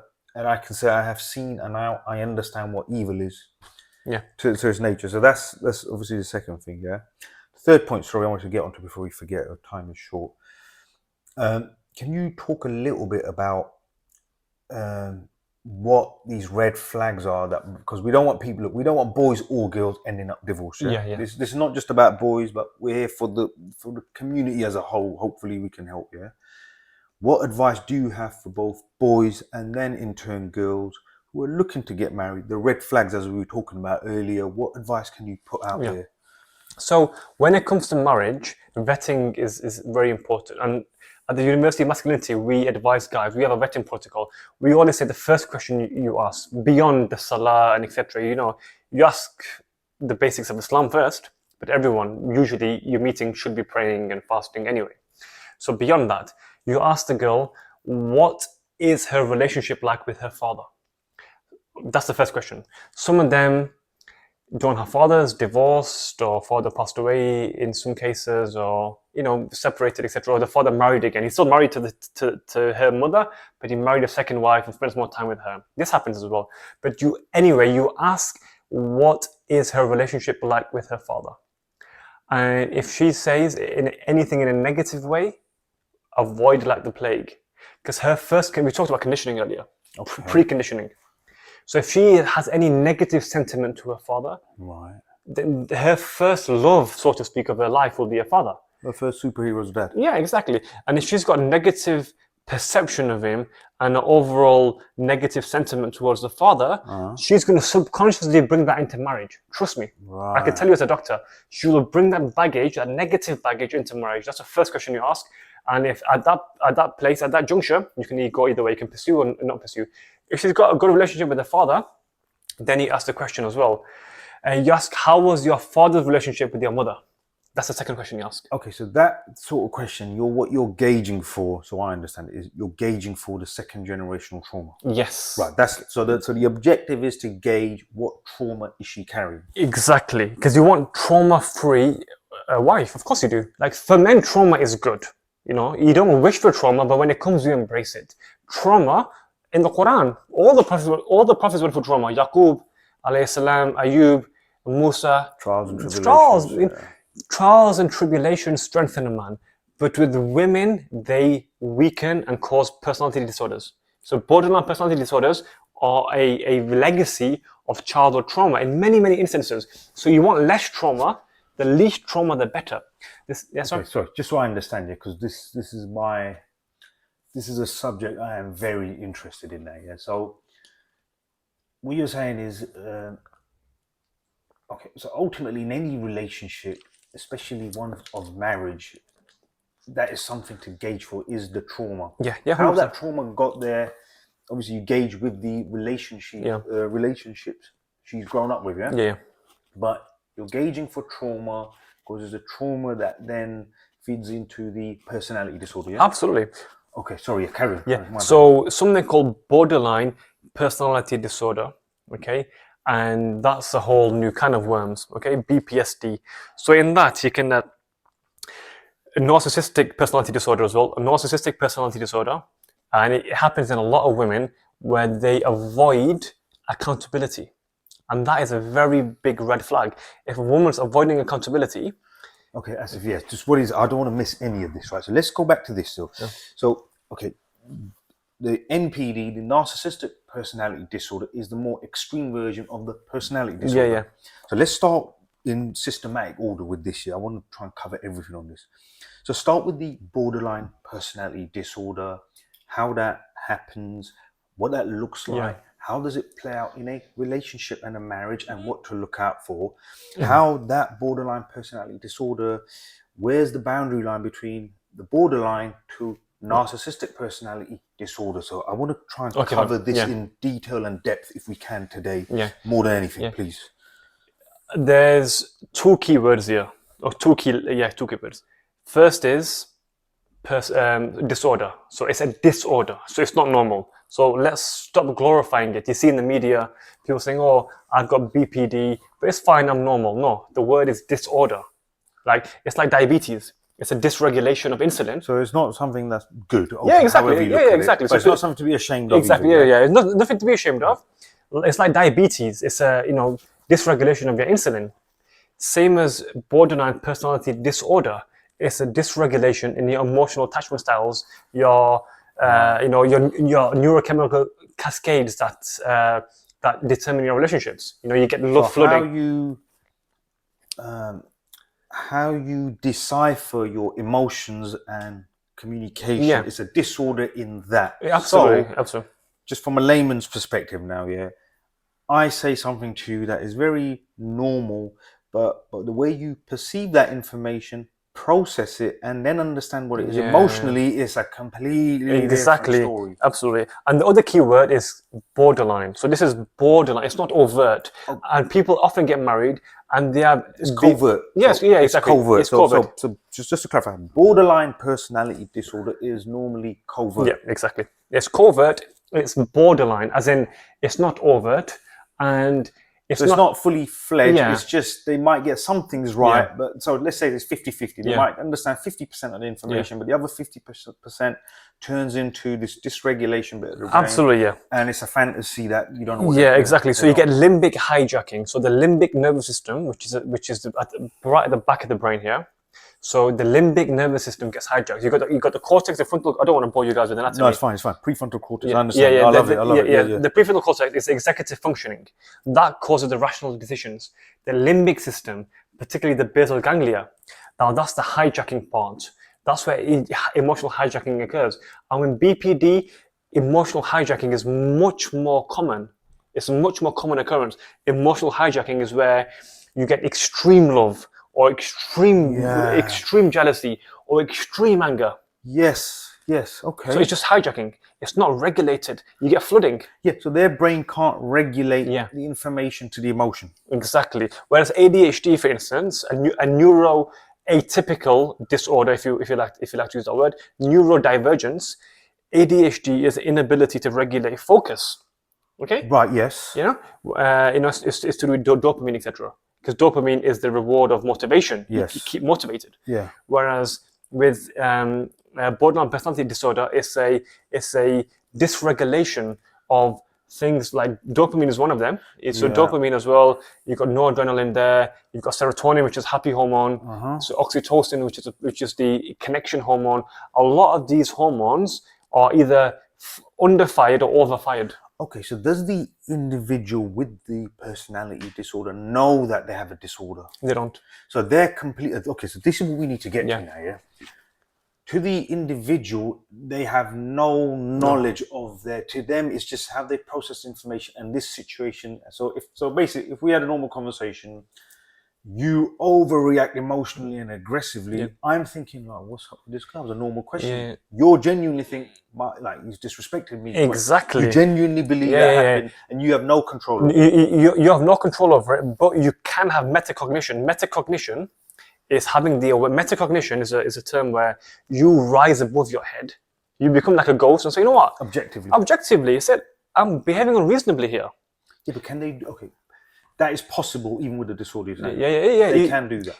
So, no, they can't do that. But what I'm saying is you need to have guardrails in place, family, friends, you're not behaving reasonably. Thing with a lot of BPD women, they get reinforced by their friends and family. Okay, if we take this BPD into, I think, because there's a lot of brothers, I'm sure a lot of fathers you speak to as well, it turns out there's a lot of sisters suffering, especially from our community, with this sort of BPD. It's very common. Like you said, you've gone into a very in-depth analysis of what it is. So and this is good for people to understand now, When you're in these marriages as the husband, you don't understand. You're trying to make sense of it yourself, And as I've said, you're not really qualified to deal with that, But we put some... we put some meat on the bones of around what this issue is, because this is what is coming through in the community. And what happens is, from the South Asian community, especially maybe the Muslim community, the perpetrators' friends and family, especially their parents, brothers and sisters, you know the South Asian position, you just cover up for your own regardless. Yes. Which is then feeding into the disorder more indirectly, because they genuinely then believe that these scenarios are happening when they're not. Normalizing the abnormal and making that it's the other guy's fault. exactly. He's just a bad guy. Exactly. So one of the biggest telltale signs of BPD is fairy tale narratives. Just making up these schemes in your mind and coming into marriage knowing how it's going to be based on a Bollywood drama, based on some kind of Indian TV drama. You've already decided in your mind how the mother-in-law is going to be. And because there's a reality expectation mismatch, you then concoct that drama to make up for that mismatch. Because she could be the nicest mother-in-law in the world, but there's a mismatch there between your expectation and reality. Therefore, then you distort reality. That's what BPD comes to. You distort reality. Yes, right. Everyone just take note of this. I think we'll stay on this because there's many people suffering with partners who are going through this. So I think this is a very important subject. So people take note. We're going to dive deeper and deeper into this. So just to elaborate on what you've just said. So they come into these marriages. So let's say some girl has come into a marriage, right? She has got some trauma that has taken place in her life in one form or another, cultural trauma, generational trauma. Her dad was just an angry man, or mum was really slaving her whole life in the kid. Whatever these things are, let's just label them as trauma, And we apply these to sisters because, like you said, for brothers, generally trauma is good. For men deal with it differently, it doesn't play out in this way. So this trauma is manifesting into their upbringing, their nervous system. Their nervous system gets dysregulated. For a man, nervous system gets strengthened. So his nervous system gets reinforced. Just like the muscles. You work out, muscles get reinforced. In a woman, though, the neuroplasticity then causes more hijacking. You don't want her to be constantly under stress and trauma. You don't want that. Because this directly causes personality disorders. Schizophrenia is an extreme example. It's again trauma related as well, and they say a big reason why the Afro-Caribbean population had a bigger risk of schizophrenia was the trauma of migration. Trauma of migration to the UK, the Windrush generation, trauma of migration. That's one of the people like to say, oh, it's cannabis use, etc., it's poverty. But why the Afro-Caribbean, particularly the West Indian community, had a high rate of schizophrenia in Notting Hill, in Birmingham, and they say it was a trauma of migration during that particular period. So it's trauma. Trauma causes extreme manifestation in the brain. But borderline is so subtle to pick up. Yeah, that's what I'm saying. Okay. So all right. So let me put it another way. Yeah, we're saying the individual suffering doesn't know themselves. Yeah, they don't know. But then with the borderline, we're talking about, just to be clear, borderline personality disorder. But I've seen people with this sort of behavior, in depth, borderline personality disorder, let's call it, Now, you're saying they can't regulate their emotions, hence they can't regulate a social situation or scenario, or let alone in-laws and dealing with the other generals in the family. That's a whole different beast. But let's just take that. But why is it then, in some cases of borderline personality disorder, in front of the right person, they appear to be the sweetest. They can be nice when they want. They can decipher a conversation because they've labeled someone as a friend. Hence, they can never interpret what that person is saying. They only seem to relate it to, say, the relationship or the in-laws, because this is when that borderline personality, the deregulation is selective in who they're dealing with. Is that part of the disorder, or is that their personality? Yeah, so it's part of the disorder, because what happens really, this is why recognizing and vetting women with BPD is very important from the outset, because you don't want to get into, you can't fix it in a marriage. No. Just to clarify, so all those men that are in these relationships, or they find themselves with these sort of individual, and you start questioning your own sanity. It's not you. It's not you. And it's not your fault, and you were never qualified to deal with this. Exactly. So do not feel bad about it. You haven't failed. No, exactly. It's just slipped under the radar, and you end up in a marriage. They didn't know. They just presumed this person was. You can't pick up something you don't know. If you're not looking for it, you can't pick it up. But like you said, borderline is subtle. But before we go into the vetting, let's carry on with this. We'll do the vetting at the end. So So move on from the borderline. I mean, is there any more you want to say about the borderline element before we move on to the narcissistic element? No, that's it. That's it. Yeah. Okay, so we understand now what that borderline personality disorder is, how it manifests, and how it can play out in a relationship, or to be fair, in any relationship with someone like that. And it's borderline, so you can't always tell. Yeah. So let's go into the more extreme borderline personality disorder, which would be the narcissistic personality disorder. Give us the difference between first and the second. Yeah. So borderline essentially is much harder to spot. It can be selective, whereas narcissistic is prevalent in most situations. It's all about me. So that applies. So the narcissistic one, will it be? They are going to be the main star. In they're the star of the show. It's all up. So what is narcissism? So if you look at the Greek mythology, Narcissus was a good-looking guy who fell in love with his own reflection in the mirror. In the water. He went to a lake and he started looking at his own reflection. And I think the story goes, he stood there for so long, he became a stone or something. I'm not sure what happened. But he fell in love with this. He thought this was a handsome guy in the water. And he fell in love, but he actually turned out to be his own reflection. So the whole concept of narcissism is falling in love with yourself. Right. There's something called self-love, which is good, but then falling in love with yourself and thinking you are the most beautiful, perfect thing in the world, and being then obsessed with yourself, because he was obsessed with himself. He literally stood there for years. So is that like looking at yourself as a third person? Yes. Think, wow, you're so good. Like, you know. Yeah, it's also third person as well, but it's the lack of self-awareness that there's other things around. So he had a lack of self-awareness. He looked at the thing, he had no self-awareness that this is only a reflection. This is only a reflection. He thought this is genuinely another person. With narcissistic personality disorder, they have no self-awareness that the whole world sees them as narcissistic. They have no self-awareness. So when they bring things to themselves, like victimhood, right? Okay. When they bring things to themselves, particularly, I'll say this with capital V, victimhood. This happens in a lot of females. Yeah. They bring it on themselves. I am the victim, even though they could be the oppressor. They will sometimes say, "Oh, but what about me? What about me? What about me?" But we're not. Right, apologies for that. We got cut off. We were talking about narcissistic personality disorder and the borderline personality disorder. Dr. Asif has a lot of insight into all of this. Sorry, it's not Asif, is it? It's Asif. It is Asif, isn't it? I thought it was Arif. I thought, bloody hell, I messed it up.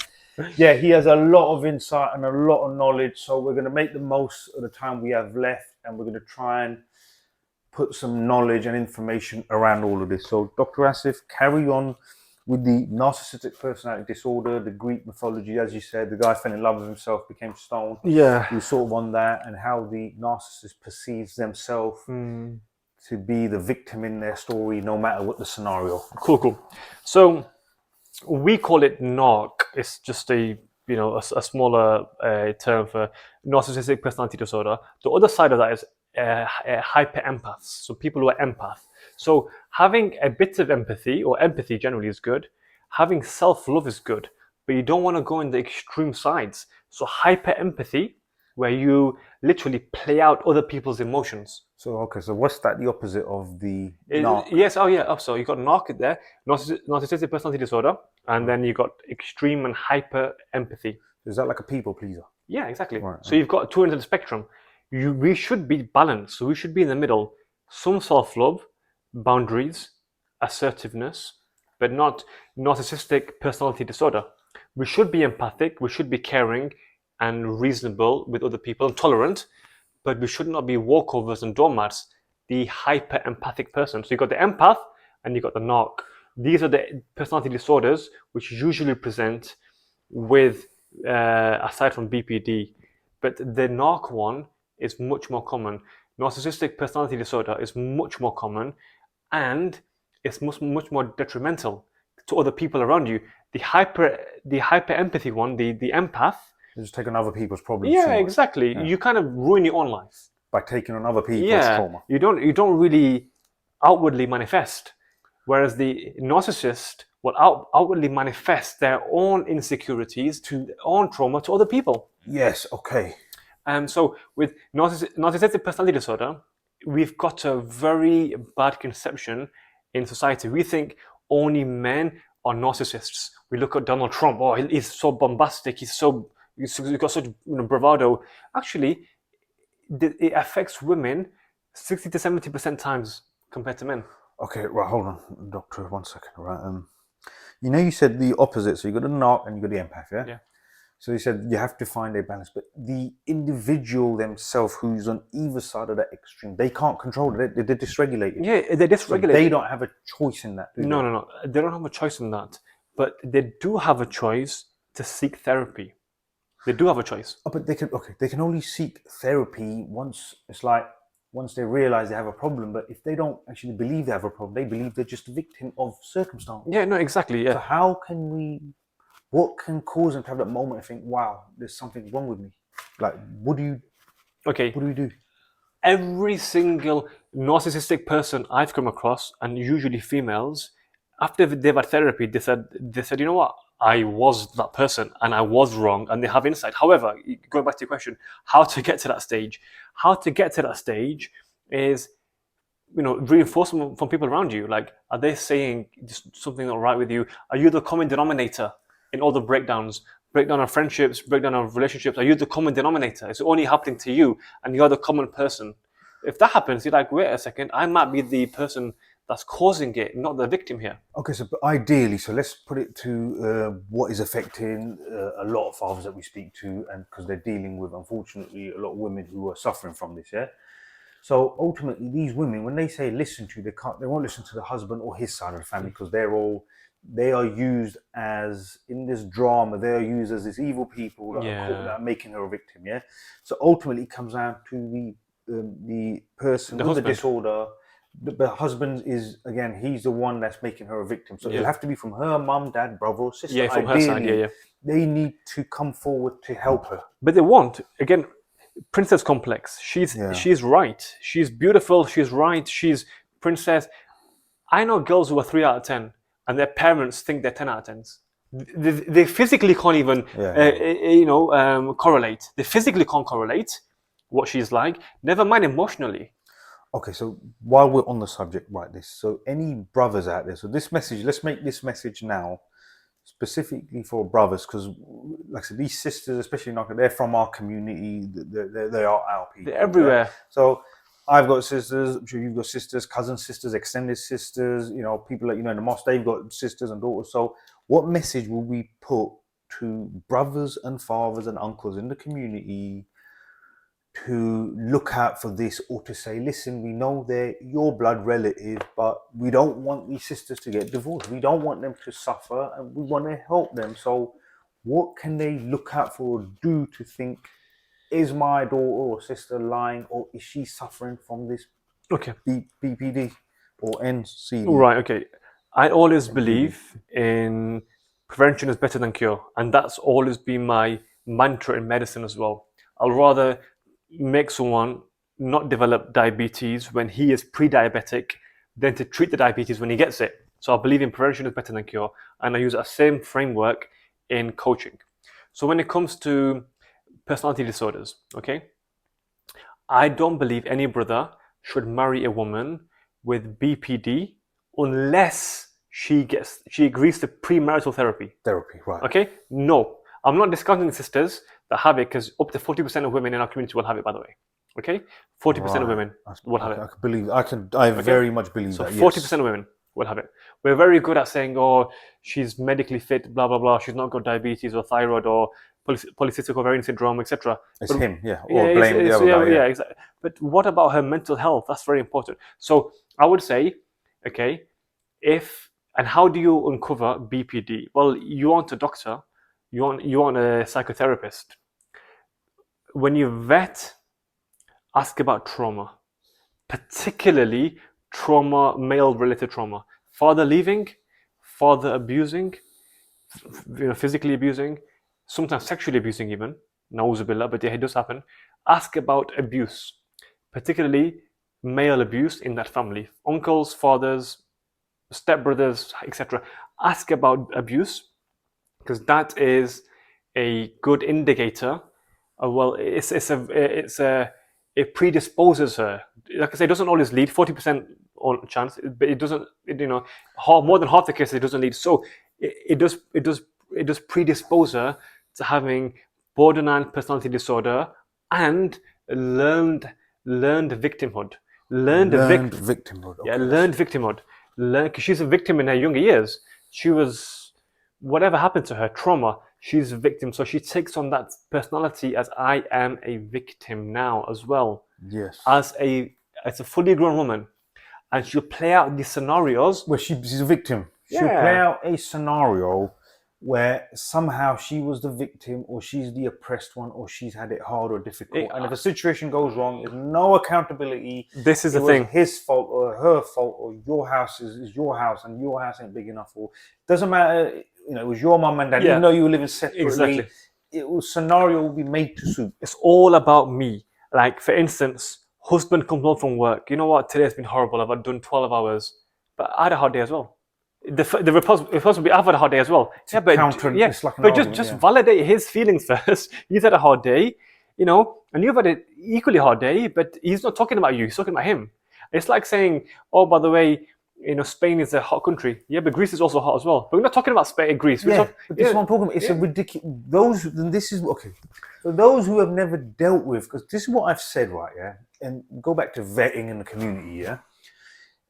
Until you get married and you say end up with someone with BPD, if you came across someone like this in any other realm of your life, what happens is you don't get any experience because you'll be like, he's a bit funny, or she's a bit funny, she's a bit odd. Avoid them. So you avoid them, so you never fully understand. When you end up married to someone like that, you are way out your depth, and there is no consistent or meaningful conversation because everything's a counter argument to some scenario that doesn't exist. Everything is a counter argument, and the same condition could reproduce a different result. So flowers or chocolate could produce tears of happiness. The same flowers and chocolate could produce tears of sadness, because why did you get me the same flowers again? So there's no consistency, and you can't be walking on eggshells. That's exactly it. But this is what I'm saying. For those that are experiencing it, they don't know what's going on. They don't know if they're gone mad, if they've got mental health issue, or it's the other person, because it affects the person dealing with an individual like this on a daily basis. It affects, I think, their mental health as well. They start questioning their own sanity. Of course. And like you said about the flowers and the chocolates, if her brother did that, say, scenario with the flower and the chocolates, it will be ecstatically happy. 100%. If you do the same thing with the flower and chocolates, it will be somehow turned into how you did something wrong. Exactly. And something good for your mother or sister could then be turned against, you didn't do the same thing for me. Yes. And it applies both ways as well. With the mother, if you do something good for the wife, the mother will say, you didn't do the same thing for me. Instead of appreciating the act for the other person, they bring it back to their own scenario. It's me. It's like, it gets even to the extent like the mother gets jealous of you marrying the wife. Why do you marry her and not marry me? Like, it gets to that, you know what I mean? Like, conceptually. It's so illogical, it's so irrational, does not make any sense at all. And it's a lot of brothers, like, you can't change your parents or your sister, you can't change. So if it's in your auntie or your sister or your mother, you can't change them, you have to live with it. But when it comes to marriage, you can vet and you can choose the right partner. Marriage is in your hands, and you have to choose diligently, sensibly, with the right lens. You've got to view women with the right lens. Okay, Dr. Asif, let me ask you a question now, yeah? So going back to what you said earlier about the vetting, as in you check for abuse, historic abuse, what was your relationship with father? Now, my only issue with the vetting process is generally how you've gone for a coffee. So you met a sister on an app or whatever, you're looking for marriage, both of you are looking for marriage, you go to a coffee shop, you're having a chit chat, messaging back and forth. Would it not be normal for someone, especially I would say the Asian community, to cover up issues in order to get it over the line? Of course. So how do you decipher, how do you draw out this information? Because you can't openly ask, was there any history of abuse, physical, sexual, I mean, it's a very difficult conversation, right? Let alone to bring it up with a stranger that you're trying to get to know. It'd be check, please. It'd be like a check, please moment. You'll be phoning the police, man. This guy's a creep. Yeah, exactly. So how would you even? Is there some telltale signs that you can? You told me. How do we get this information out without creating some red flags of your own, sort of thing? The best way is not to rush into marriage. And brothers, I know some of you got blue balls, but get to the gym, man. Have a purpose in life. Don't think with your private parts. Think with your mind. When you think with your genitals, you will end up marrying red flag women because you will set your bar low. You will think emotionally. So yeah, have a purpose in life. Get to the gym. Get in shape. Have a purpose. Have a plan. Have a system. Have a goal to reach. Okay, you have a financial goal, a physical goal, etc., etc., etc. Have a goal. So you don't pedestalize women.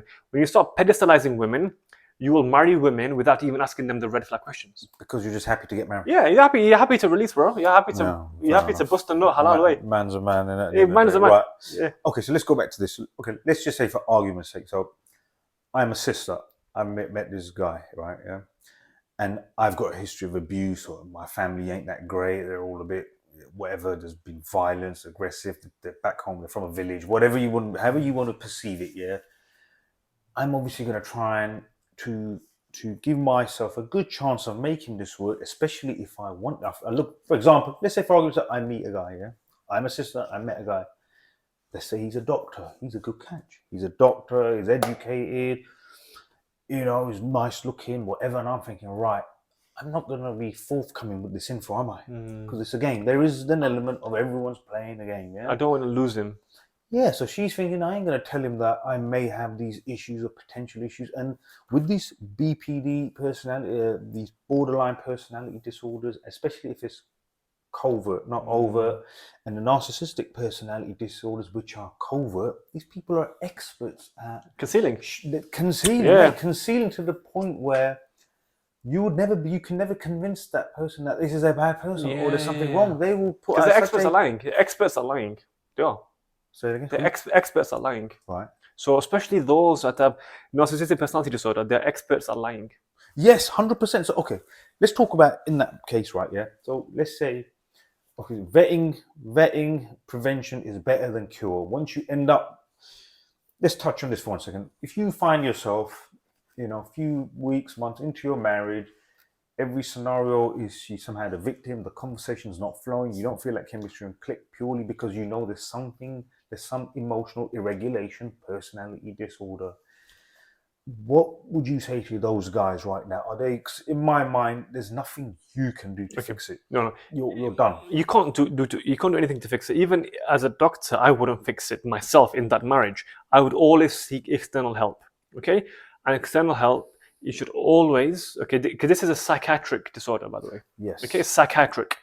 It's not spiritual, it's not social, etc. It's psychiatric. You see a qualified psychotherapist or psychiatrist for her treatment. If she had a cold or a cough or pneumonia or diabetes, whatever she had, you'll go see a doctor. You wouldn't fix it just by waiting. Same as a psychiatric condition. If it wasn't fixed in childhood, you should fix it now. If you married her, by the way. However, before you married her and she hasn't fixed it, ask her to get it fixed by therapy. Therapy is 1 session a week or 2 sessions a week, 10, 12 sessions, 2 months, 3 months, you're done. This will save your marriage. Okay, Dr. Asif, let's put it another way. How do you find yourself there? She believes she's a victim. The world believes she's a victim. You're a monster. You've got kids. You don't want to break up. You understand now she needs some sort of psychiatric help, yeah? But this person, if it's the overt, so they genuinely believe they're the victim, how do you get them? Is there some sort of buzzwords that they can use from a psychiatric term that will trigger certain emotions to say, yeah, you're right, babe, let's go and see this guy? Is there some technique or tactic that you can use because half the problem is convincing them they have a problem and it ain't you, and to convince them, I will help you and let's get you in front of the right person. Is there some advice you can offer for those that are in it? Because they don't want to end it. They've got their kids. They're willing to work try and help this Yeah. person. They maybe even genuinely love this person, regardless of the disorder and what they're suffering through. Any advice for them? Okay, as a woman, you expect your man to take the lead and be proactive. Okay, this is something you have to be proactive about, not reactive. So say, look, babe, I want us to work. We've got a child, or we've got a house together, etc. I want us to work. Okay, and I'm concerned about your well-being, and I think this course of therapy helped me in the past, and I think it will help you as well. I have booked us an appointment, or you an appointment, or I've been searching and I found this guy or this girl locally who's got good reviews. I would like you to see him or her, one session a week. So just be proactive. When you're being proactive, it comes across less like a dig and more like a therapy. So this is how I perceive this information now, yeah? Approach it with love and affection. Yeah, of course. So be smart, yeah? You have to disguise it with something to bring the... You've got to pander to their needs. Yes, that's what I'm saying. So they're a narcissist. So give them the attention and love. Yeah. Do it, get them a nice dinner. Or sit down, exactly. Let's have dinner. I'm worried about us. I know someone that can help us and make our relationship stronger. Do it with love and affection. Yeah, exactly. If they crave affection and love, give them that. Love language. Yes, so give them love language until you get in front of the right person, and hopefully he can navigate it from there, as in give the proper psychiatric therapy and treatment, and maybe make them realize your relationship will be stronger. But sister, I'd go say one step better, go for a female psychiatrist rather than a male female, and then they can connect with them more and potentially release these negative triggers. Yeah, exactly. Because that is the psychological term, if I'm correct. Yeah. If you can find these negative triggers and release them, can you then regulate the emotion to the communication conversation better? Absolutely, because you're getting... Steve Peters calls it hijacking. Right. It's a very good book by Professor Steve Peters called The Chimp Paradox. The Chimp Paradox says we have a primitive brain, and we have a human brain. The human brain is the neocortex, the prefrontal cortex, that makes the executive decisions. The logical decisions. Yeah. Prefrontal cortex. PFC, right at the front there. Yeah. And Allah subhanahu wa ta'ala tells us in the Quran, the Nasiya, in Surah Al-Alaq, this is the lying part of the brain. Allah tells us. Yeah, the lies come from the prefrontal cortex. Yeah, so Allah tells us in the Quran, where, this is the lying part of the brain, the forebrain. It's called the forebrain. Allah obviously the creator, the manufacturer. Yeah. So he knew this before science did. Yes, I've read that on that science that about. Exactly. The forelocks. Yeah, the forelock. I read that. A sinful forelock, and that's the executive, the PFC we call it. Okay, the neocortex. Neo means new, because they believe in evolution, and this is the new part came from monkeys, whatever. Right. But they also believe this is the monkey brain. We don't believe it's the monkey brain. We believe it's just the basic brain. It's the brain. Yeah. Not as in the brain stem area. Yeah. Just the basal ganglia, the limbic system, emotional regulation. Right. Okay. So if with psychotherapy, which is a talking therapy, or rapid eye movement, REM, you can do that as well. So for symptoms like depersonalization and derealization, these are symptoms you can get with extreme BPD. Right. So derealization, you do not think you are here. You think you are a ghost. And depersonalization is you don't think, similar to derealization, but depersonalization, you don't think you're here. Derealization, you don't think the situation is here. As in it's a different situation. They're the extreme versions. Yeah. So depersonalization, derealization, the whole surroundings. So that can be an extreme manifestation of BPD. Because BPD, what is it? It's storytelling. Yeah, but okay. But the prefrontal cortex, you said, they're good liars. Good liars. So how does, if it is it the, because in order to create the lie, so okay, we've got the back of the brain, as you said, that creates the scenario to think, oh, look, he's treating you like this again. You're the victim. But in order to corroborate that story, the lie, when the third person comes in, is made from the prefrontal cortex. So they must have some awareness. Do you know what I'm saying? That you're lying, or is there... So the awareness comes from the back of the brain, actually. The awareness is from the sensory areas, okay, at the back of the brain. The prefrontal cortex executes the lie. Executes, Right, okay. Okay, right. But the sensory, the lies are coming in from the ear. So the lies are from the back. That's just executing. Yeah. So sensory perceptions are being received at the back of the brain. Yes. But the bottom of the brain, the brainstem, the basal ganglia, the limbic system, okay, that's hijacking the whole brain. Yeah, so basically the whole machine's working for that. Yeah, that exactly. line now, It's It's like a virus. It's hijacked the whole laptop. The laptop is compromised. Exactly. So your inhibition has gone. There was a guy called Phileas Fogg.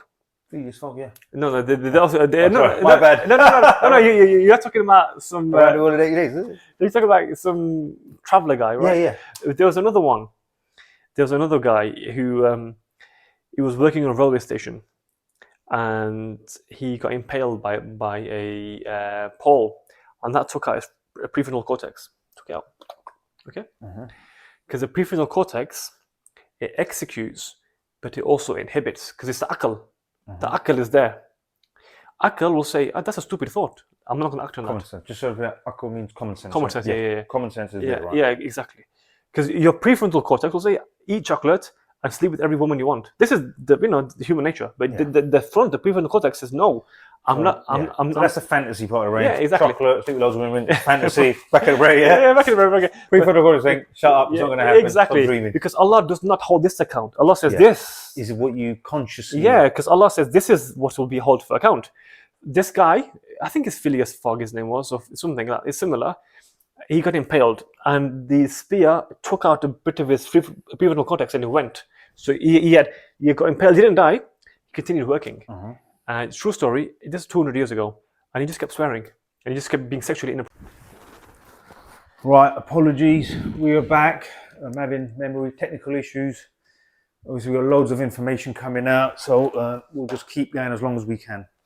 Right, so carry on at where we were with the brain, the prefrontal cortex, the rear of the brain, all the madness, and the guy, Phileas Fogg, he kept swearing once he lost the... Yeah. Yes. So interesting story. In Victorian times, a guy, railway worker, was a good, diligent worker, and then he got into a freak accident whereby a pole impaled his brain, took out a bit of the prefrontal cortex on the way out, and he changed overnight. He changed into a very rude, obnoxious man. Injury changed him. Why did it change him? Because his frontal cortex, a part of it was excised. So his inhibition got lost. Okay, yes, so the regulation of expression. Yeah, exactly. So, we have thoughts all the time in our mind. We might even have bad thoughts or naughty thoughts or whatever. We don't act on them. Yeah, they're passing thoughts. Yeah, they're passing thoughts. But when he lost that prefrontal cortex, a part of it at least. So he literally spoke his mind. Yeah, spoke his mind. All the time. He literally spoke his mind, yeah. Literally. That's what it was. That's what it was, yeah. And this is what sometimes happens in schizophrenia. Okay. They just speak their mind, isn't it? Right, okay. They speak their mind. So this is, again, it's not to do with prefrontal cortex being removed. It's the regulation of, because they have the ridiculous thoughts. Yeah, exactly. But also they have dopamine as well. Too much dopamine. To always firing. Sorry, who has dopamine? The personality people. Yeah, no. Those with schizophrenia. Right. Sorry, with schizophrenia. Okay. Yeah. So it's too much dopamine. So they have a dopamine excess, and so they start gambling and they start doing pleasurable things like hypersexuality. So they want to constantly feed exactly. heightened excitement level. Yeah, and they have disinhibition at the same time. They start being sexually lewd and start gambling so much money away because they don't have that inhibition. But this goes back because these are extreme disorders, whereas with narcissism and... Sorry, doctor, one second. So, going back to schizophrenia. So you got borderline personality disorder, overt and covert. Yeah. You had the narcissistic behavior, narcissistic personality disorder, overt and covert. Yeah. And you're saying, where does schizophrenia fit in? Say that, is that further up the chain as the most extreme? Yeah, so schizophrenia it's actually a mental health disorder. It's a mental ailment, like depression, like anxiety, like PTSD, which actually is a good thing to go on to, PTSD. So you've got something called CPTSD, complex PTSD. This can emanate from childhood trauma. Okay, so that goes back to the second generation trauma. Yeah, exactly. Or childhood trauma. Childhood trauma. And let's not forget the trauma of being a second or third generation migrant in this country. Yes. That's a huge amount of baggage. 100%. Huge amount of baggage. And Cross-cultural contamination. exactly, and all sorts, absolutely. So much baggage and trauma here. Still finding our feet in this country. Mm. That's why at the University of Masculinity, we advise a lot of brothers not to marry British Asian girls. Okay. It's just not worth it. It's just too many paradoxes. Yeah, if that's it's the just right not word worth to it. use, where I've come together and that'll going to play out in your relationship. Exactly. It's too much Bollywood complex. Yeah. They're watching Bollywood. They think they star the show, and they're not even that pretty. They're like 3 out of 10, most of the girls.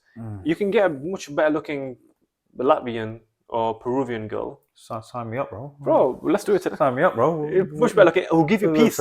Who will give you peace. And as a Muslim man, we have that leverage. We are allowed to marry Christian girls and Jewish girls. We have that leverage. So why are we playing with marbles when you can be playing with mountains?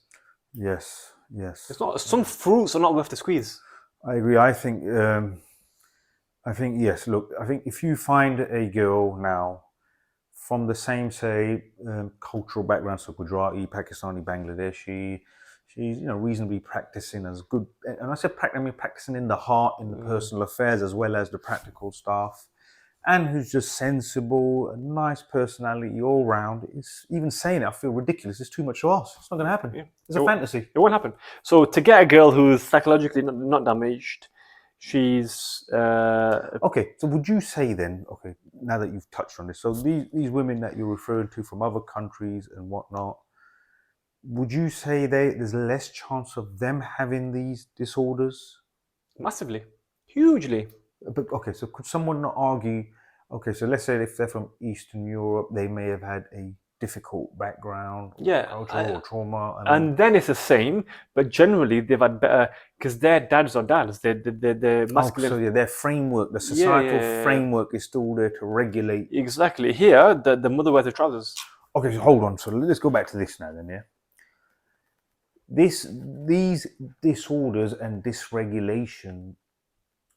Let's say the borderline personality disorder over and over, and the narcissistic personality disorder, because there's variations of it. And like, for example, someone could have borderline personality disorder, which is extreme or mild, right? Yeah, different forms. Do all of these stem from what we just spoke about, the second generational trauma and the childhood, and maybe mum was just an overpowering character in the house? Do they stem back to this, the family unit? 100%. So that's why one of the vetting criteria is always speak about not just the family unit, but the family dynamics. Because on the surface, everything's hunky-dory. Yeah, exactly. You could say, oh, she's from a single parent family, but she's from this other girl's from a nuclear family, so therefore she's better. However, the single parent girl from the single parent family might be exposed to less trauma. Exactly. And she could be speaking to her dad every day on the phone, have a great relationship with him. When he comes to see her, she respects him, and he's taught her good values of how to respect your husband when you get married. The nuclear family with the two parents, the man could be a complete spineless coward, and the mother could wear the trousers. So on the surface, it looks like she's from the unbroken home, and the other girl's from the broken home. Actually, the girl from the broken home with the one mother, she's been raised with much better values. It's not the structure, it's the dynamics. The dynamics, and that's why vetting. Okay, the dynamics of the relationship. Yes. So it's not who's in the house. Okay, you understand. Let me try and take it back to from a layman's perspective. Both of these disorders that we're discussing, they're the ability to regulate emotion. Mm-hmm. Yeah. So that regulation, or what's the other term? Switch. The governor. Let's call it the governor, the fuel governor in the engine. It governs how much fuel needs to get into the engine. So they say the emotional governor in the brain, right? Yeah, that switch or that processor that regulates it, that is formed during childhood, depending on the emotions you were exposed to in the environment you were in. So both of these disorders relate back to, especially in a woman, because women, like I said, by their nature and fitra, are more emotional. Mm-hmm. So their development as their brain, their computer is built around emotion and what emotion they were subjected to during that childhood and upbringing. So now when we take the factors in of first generation immigrants, they brought their culture with them in an environment with a different culture, the gender wars that are playing out in politics and households. the way society's headed. Add to that the social media giving you attention, like you said. Go back to this analogy of you're a 3, say for argument's sake, but you're getting attention of a 10 on Instagram. Hence, that is feeding into the emotional regulator again, especially kids, say girls in their 20s now, so they grew up in social media more. All of these factors is what feeds into these disorders. Absolutely. So it's just unhinged attention now with lack of attention. And when I say lack of attention, As in the household. Yeah, lack of emotional attention in the household, and then validation, which then positively reinforces attention-seeking behavior. She's understood now that the more drama she brings about, getting attention. Yeah, exactly, attention. So whether it's good attention or bad attention, to the emotional regulator, it's still attention. It's still attention. Whether people are feeling sorry for you. So when they go around, so okay, people with these personality, these disorders, they go around playing the victim, because when you play the victim, even from say these school moms, they're like, oh, listen, is this how it is? And they're giving you some form of affection and attention. Attention is like gold, and you're getting attention by constantly being the victim. And how do you snap out of this cycle of constant victimhood? It's that self-awareness that I won't always be the victim. There will be chances where I'm the victim, but there'll also be phases in my life where I'm the oppressor. Some women with this personality disorder will never ever be the oppressor. They will always be the victim. Yes. This is the pattern I've seen many times. It is, they are, unfortunately in some cases, they look like the perfect victim. So for example, if a guy was to play this disorder where he looks like the victim, it'd be much harder to pull off being a guy, because you don't get as much sympathy. Straight up, even from other men. That's just how it is. So when a woman, this disorder, it perfectly complements the female gender. Yeah, exactly. Because some of them, they look like the perfect butter wouldn't melt. We've seen it last year, didn't we? With the famous trial of Johnny Depp and Amber Heard. Yes. Perfect, he was proven guilty before he was proven then innocent. Well, he was assumed guilty before innocent. Okay, so if you look at Amber Heard, actually, just a very good example that you brought up then, Amber Heard, because I watched a bit of the trial, some of the dramatics you saw in her borderline personality disorder, mild or medium, like from the outside, from what we saw. We call that histrionic personality disorder, histrionic, and that's more dramatic. So she's an actress, isn't she? Oh, of course, okay. So we call that histrionic personality disorder, and that's pretty obvious. What's more malicious is the borderline personality disorder, which is covert. I agree. That is so destroying, because you can never explain it. You can't articulate. For a person dealing with someone like that, they can't explain it. They can't understand it. They don't know how to articulate. And when you do articulate a specific situation that's played out, you look stupid. They're like, what, is that it? Is that your problem? Exactly. So it's very hard to put your finger on it. You're just like, I know this woman is not normal, but I can't. You can't. There is no way, and I understand the frustration, and they cannot get it out. So for those men, as we said before, get them in front of a specialist by hook or crook. Use emotion, do whatever you have to, play the game. Get them in front of a specialist, psychiatric specialist of some sort, ideally female, who can then potentially take steps towards helping those youngsters. Again, go back to the vetting, because obviously this vetting is very. I'm finding this vetting very tricky, because to draw these, from what I've understood now, is this: during this vetting process, and what you teach is basically you can't. Tactfully, especially if you want to say call it the blue ball syndrome, you want to get laid, bro. This ain't the way. You can't ask stuff like that. You ain't getting laid. We check, please, yeah. So we got to do it like, say, from a sort of man's perspective of how men operate. So you have to just probe and gauge about how, like, her existing relations with mom, dad, brother. So the way I'm looking at this from a layman, sort of just an average Joe perspective. So like when you go out with a girl, over months you talk on the phone, you get to know her. So the key thing you're trying to get to know is, what is it when she opens up to you fully, as in when she talks, oh yeah, you know what, my dad was always a bit funny with me, my dad was never at home, or he was always busy working, or he cares more about money, or my mum favoured my sister over me. So you want to get to these, so to put it into just layman's terms, during the vetting process, these are the conversations you want to get to. Yes. So yeah, so to find out, because those relationships will deter how emotionally developed she is and how much trauma she's carrying. Exactly. Right, okay. Exactly. And you don't want to play superhero in marriage. You want to be her husband, not her savior. Yeah, this is what I've said. You're not her social worker. Yeah. The problem is, I find with these, the pattern that I've noticed with these disorders is, even the ones with the disorder, they looking to get into the marriage, and it's his responsibility somehow to, if they have any concept of I've got an issue, and this is what I've said, in a marriage, you're looking for companionship. You're not, and this goes for men or women, you're not each other's social workers or psychologists or doctors. You're looking first and foremost companionship. If you don't have that, listen, you can't do any of those other things. If you have that, you can do all the other things. I wanted to say, and brothers, vetting is so important because you are competing against 20, 25 or 30 years of her upbringing.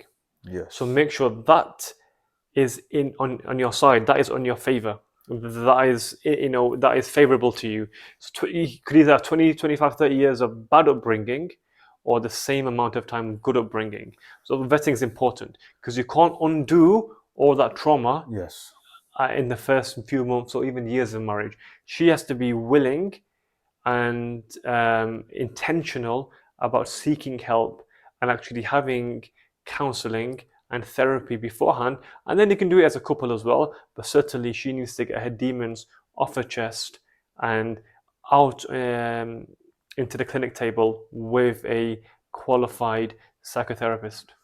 Okay, so just from that, what that means of how I perceive it is, if the sister's open to say, look, I've got I don't know if these conversations happen, but she says, I've got a few issues which I'm looking into addressing, because of my upbringing, or I feel I need to work on myself. The classic one is, or the more diplomatic way some would say that is, I need to work on myself for my past divorce or whatever. So that sort of language.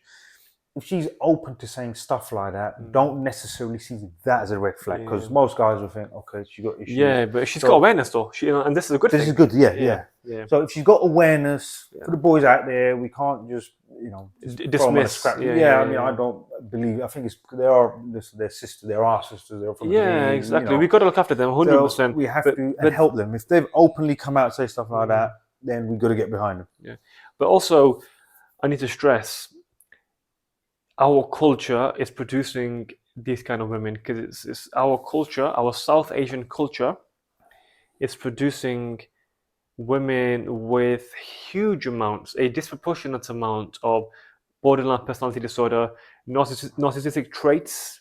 Yes. It's producing these kind of women with princess syndrome. If you're pampering a girl all your life and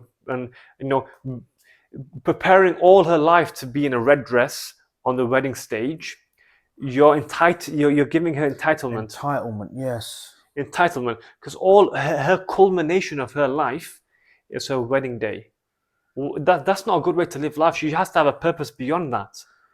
Okay, but would you say then, okay, I know we keep going back to the subject again then, yeah? So, okay, that is the princess syndrome in the household that may occur. So let's say there's a little bit of that going on.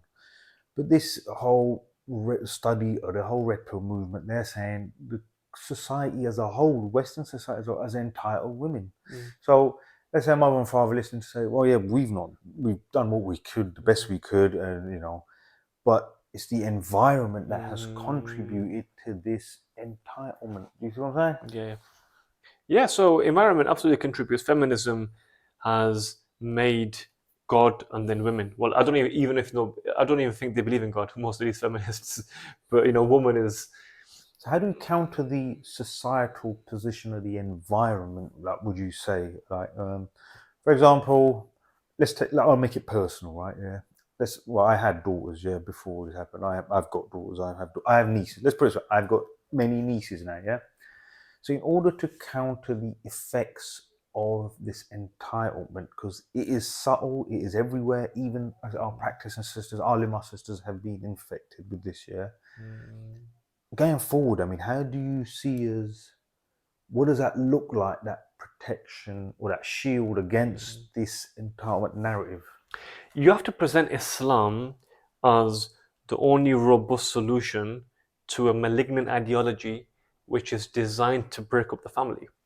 Like if you look at, there's a hadith, and the Rasul Sallallahu Alaihi Wasallam says when the messengers of Iblis come to him, he only gets happy when they say we've broken up a husband and wife. Yes. And also the story of Babylon, Harut and Marut, the two angels that were sent to Suleiman, and they did many things, but the chief amongst them was teaching men how to break up husband and wife. When you break up husband and wife, society collapses. And what's happening now is feminism is championing single mothers. Oh, big time, yeah.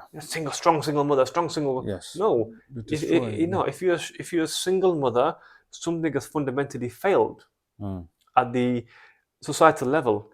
But they've been incentivized to seek single motherhood because they get probably paid more than they would than if they had a job. Yeah, there's so many factors we can do.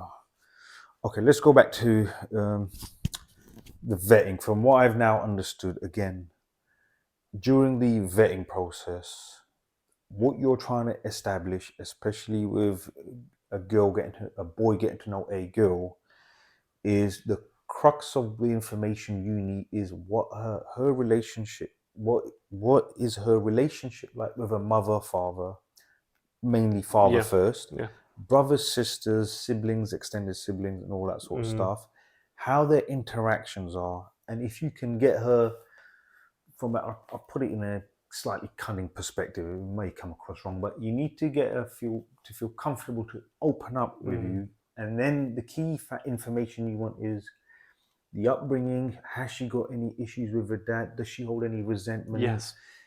Did she always see her mum as a victim who slaved at the in-laws? All of these. I think this is the crucial bit of this whole. All of this information is what you're trying to gauge, and this is what I've said. When you go to see a girl, then, so let's take it down to simple layman's terms. Let's say we've just come to someone's house. We've come to see a girl, right, for a potential. Yeah. We need to watch closely at the what's the sub-language? Subcommunication. Subcommunication between mom, dad, brother, sister, how they interact. That's what we need to be a little bit, instead of, like you said, sitting there like a flicking, what do you call it? Like the blue ball syndrome boy, smiling into there, say yes, it's a yes from me. You just walked in the door, just seen them bring something. Yes, a yes from me. Instead of that, you need to watch how her dad is. Yeah. How her mum is, how they communicate, look at the little mannerisms. For me personally, I'll say look at the little mannerisms, behaviours. Yeah. How do they talk about their extended family or relatives? Does the dad have problems with his own dad? Because he might have passed it on to his daughter. I know a case specifically where this one father, I say father, so it was this guy's father-in-law, he openly said he didn't talk to his own dad. They had many problems. He had trauma himself. But what he didn't realize is he had manifested his trauma, which is now very clear, into his children, especially one of his daughters. Now when you look at it, it seems so obvious. But at that time, if you don't understand this sort of information, is not easy to come by. So I will say, look at those interactions. How does the mum and dad talk about there? Because it could be a cycle of trauma that's being passed on from their parents. We call it intergenerational trauma. Yes. And it's passed down like just like any other genes. They're just passed down. Okay, so look, this is what concerns me in my head now. Yeah, with everything, we didn't really get to talk much about the family courts and the divorce and the child contact denial. Well, we'll have to cover that on another podcast at a later date, which we will. Yeah. So let's talk about this intergenerational trauma. Let's say, so you've gone to see a girl, her relationship, she believes is okay with her mum and dad, right? But mum and dad, let's say there is trauma there, yeah? That's passing from her mum and dad. And ultimately, that trauma could have been passed on culturally from their mum and dad. So they don't know, as we've said, the older generation, there is a lack of, unfortunately, emotional intellect. Hence, some trauma has been passed down because of the way things were done. That trauma has been passed down to, unfortunately, a sister who now suffers from borderline personality disorder of some sort, mild or extreme, which has now resulted into, unfortunately, in our community, which we're now seeing openly, divorce, separation, and now those children losing contact with the father in 90% of cases. Yeah. So these children now are with that one parent who's been incentivized and rewarded to believe they were the victim, who claim to be the victim, who are raising these children. So we've got the metrics of the single parent home, or the single mother homes, which are reducing the chances of this child achieving anything good and great. How does the personality disorder element affect the children, or do you think the children will start picking up on this? How do you see what I'm saying? That intention, because they're not dealing with one thing now. Yeah. They're dealing with the lack of father. Father's been ejected because of the disorder ultimately. Yeah. They're dealing with a narcissist to a certain degree, who's a parent. Yeah. That child is already relying on one parent. Yeah. Now, how does that play out, you think, next generation? Okay. Or with these kids, with these mothers? I think it's...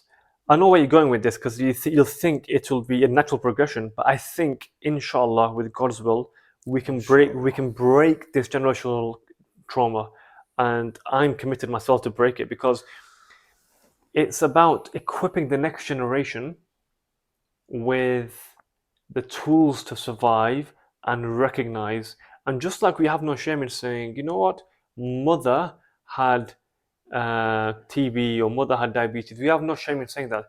We inshallah, in the next 10-15 years, we'll break away the mental health stigma in the community and say, you know what, mom and dad didn't get on, we grew apart, mother had this, and we just grew apart. Like, we just, we didn't want to transfer that to you if we stayed in the same marriage. And I think this is my message to the brothers, really. If you've got kids with that living with their mother, and the mother does have BPD, then inshallah these kids will learn about the processes. They'll learn more about mental health and neurodivergence. They will learn more about the generational impacts of trauma, and these kids will hopefully now be third or fourth generation, so they'll have a much less likelihood of getting BPD. So they'll have more awareness. More aware. And then that kid, let's say our generation is the last generation to be affected by this trauma, because our parents and then their parents came to the UK. Yeah. So we're the third generation. So our kids are now the fourth generation. And hopefully they will be the chain breakers. Okay, what I'm trying to ask is this, yeah. So we've got let's not call it the perpetrator. We've got the person with the disorder, yeah. In order to, if this disorder is still playing out, yeah, in all this emotional regulation, so does it not then play out with the child, as in, so they expect does the child not become part of the drama to feed that regulation, or does that bond with the child? Yeah, it's separate. Doesn't trigger that part of the regulator because they've got the maternal element. Exactly. So maternal element is stronger, and maternal element is a different a neurochemical called oxytocin. So it's very different to noradrenaline, to cortisol, which are the relevant neurochemicals when it comes to hijacking and emotional dysregulation. When it comes to motherhood, you see some of the women who have got the worst type of narcissism, they've got the worst type of BPD, yet they make great mothers. Yeah. So they make great mothers, as in to the child. However, I always say a mother who stops contact with her ex-husband and then denies the children contact with their biological father can't truly be a great mother. Okay, yeah. See, this is what I battle with myself, because I think, okay, look, they love this child. They carried this child. They gave birth. They have an instinct of protecting and loving the child. They must know on some level I am hurting this child that I love. And that instinct surely, sometimes I think, must overpower these other issues. Yeah, okay. So for them, child, because you look at the primitive brain, men would go out to war, women they'd almost accept, I'm going to be a widow. because he's probably got a 5% chance of coming back. So their love will be all in the basket of the child. They'll put all the eggs in that basket. They won't have the self-awareness and the metacognition to say by having that the child or the father is hurting. They won't have that recognition. Because for them, child is just mother and child. I'm doing my bit as a mother.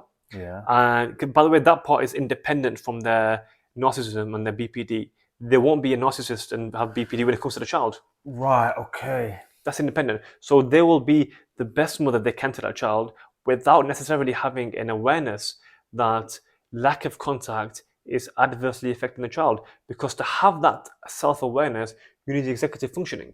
That's rational, isn't it? It's rational Yeah. to say, look, the child's lost contact now with the father for over a year or years in many, many cases.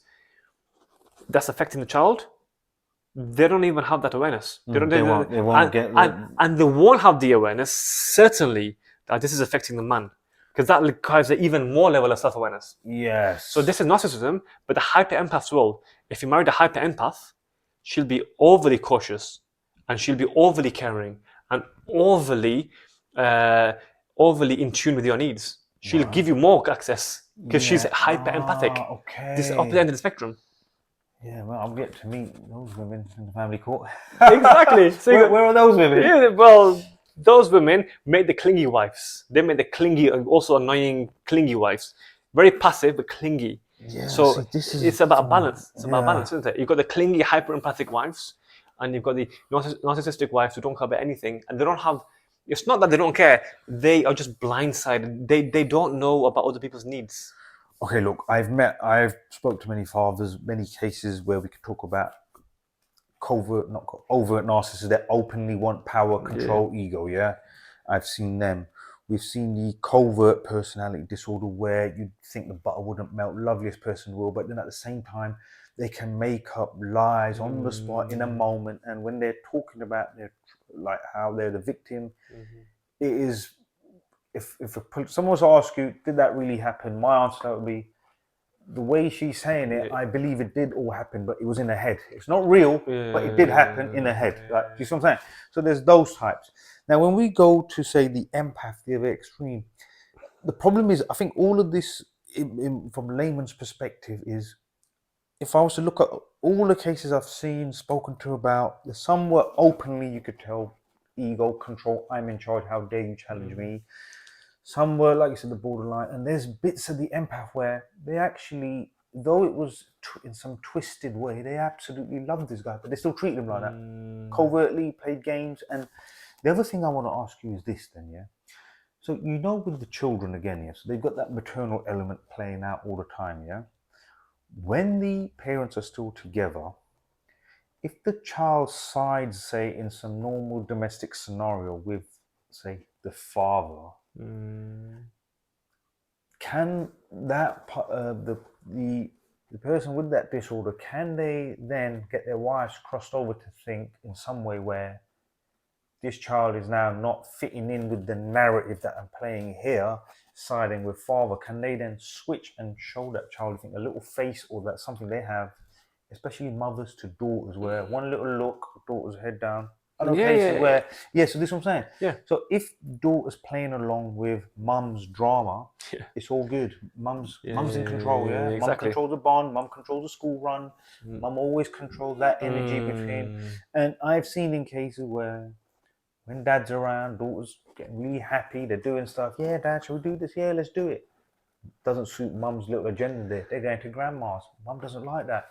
One look, little kid, boom, head down. So my point is, at that point, do the maternal instincts not, do the narcissistic nature overtake the maternal? The maternal, because in that moment, daughter is compromising the whole framing. Exactly, of course. So again, the narcissistic unhealthy desire for control will supersede the maternal instincts.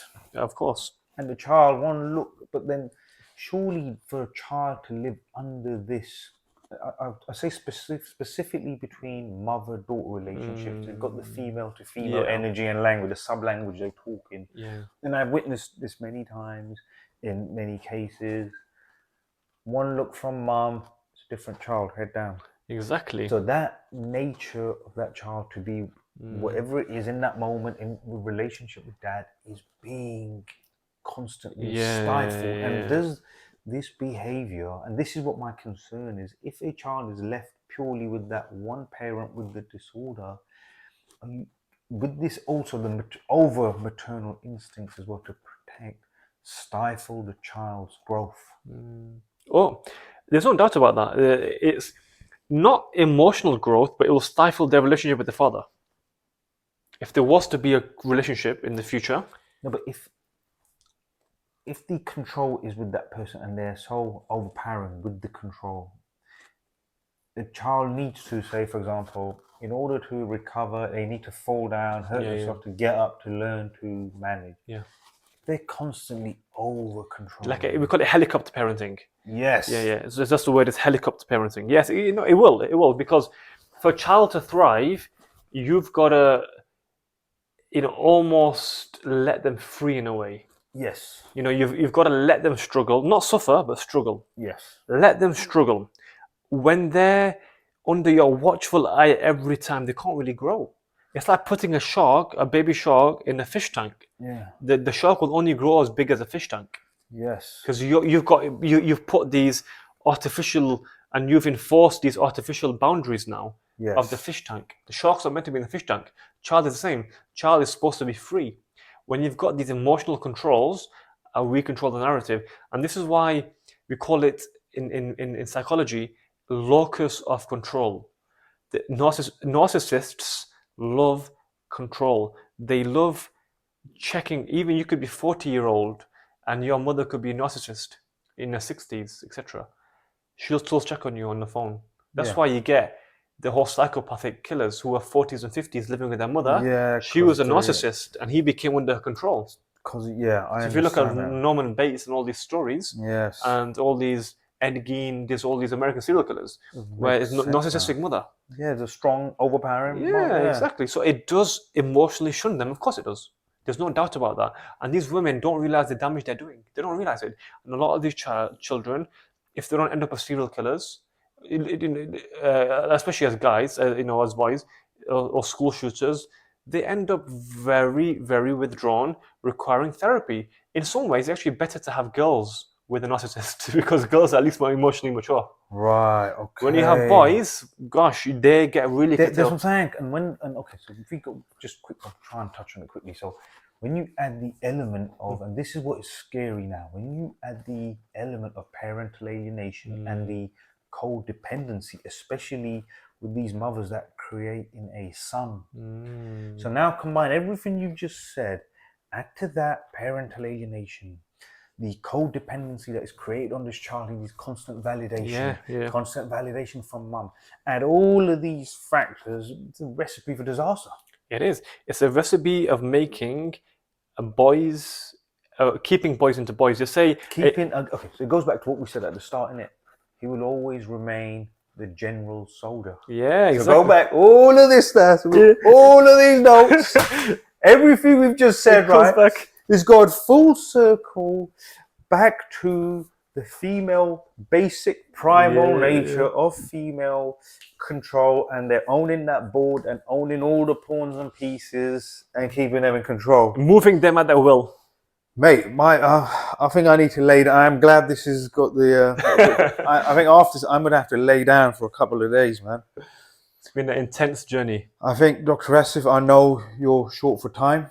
I think, should we try and just, do you want to conclude on anything, any advice, any information to anyone on anything? Just boys, men, talk about university, just try and draw this to a conclusion, because we could talk for hours more. We could talk for hours, absolutely. And first and foremost, I want to thank Farouk wholeheartedly. Follow Disqualified Dads on Instagram and YouTube. Let's grow the channel, guys. Let's grow it to 1 million subscribers by end of next year. It's doable. The message is wholesome. It is authentic. It's coming from a place of genuine pain, and he's put that pain into purpose. He's helping men out there like yourself. So please subscribe, share, and donate, and spread the message. And secondly, my message is, Farouk's name is Disqualified Dads, and he's wearing the orange jumpsuit. it's become a pandemic now. We're out of COVID. We're in a pandemic now of disqualified dads. This is a real pandemic, and we need dads more than ever. We're having a crisis of masculinity. Women make babies into boys. Okay, women make babies into boys, but it's the dads that make the boys into men, and that's something we teach at the University of Masculinity. Hit the link. We do courses, and I do coaching for men as well. But more importantly, guys, if you're a father who's struggling with access, subscribe to Farouk's channel.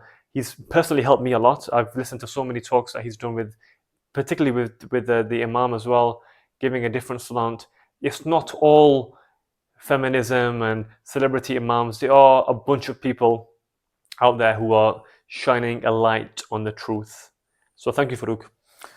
Dr. Asif, honestly, it's been a pleasure. I've been waiting for this podcast after this comment. I've been waiting for this for years. So thank you for shedding a light onto a lot of things. What I'm going to do, and I'm going to say this now, I am going to go over to up north where Dr. Asif resides, and we are going to touch on all of these subjects in more detail. We need time. We've covered a lot of ground. But going forward, we will reconnect and we will try and dissect even further. And ultimately, look, brothers, sisters, we all need to maybe change a little bit and improve to help society, the community, the ummah as a whole. Thank you for watching Disqualified Dads, and we will see you on the next one.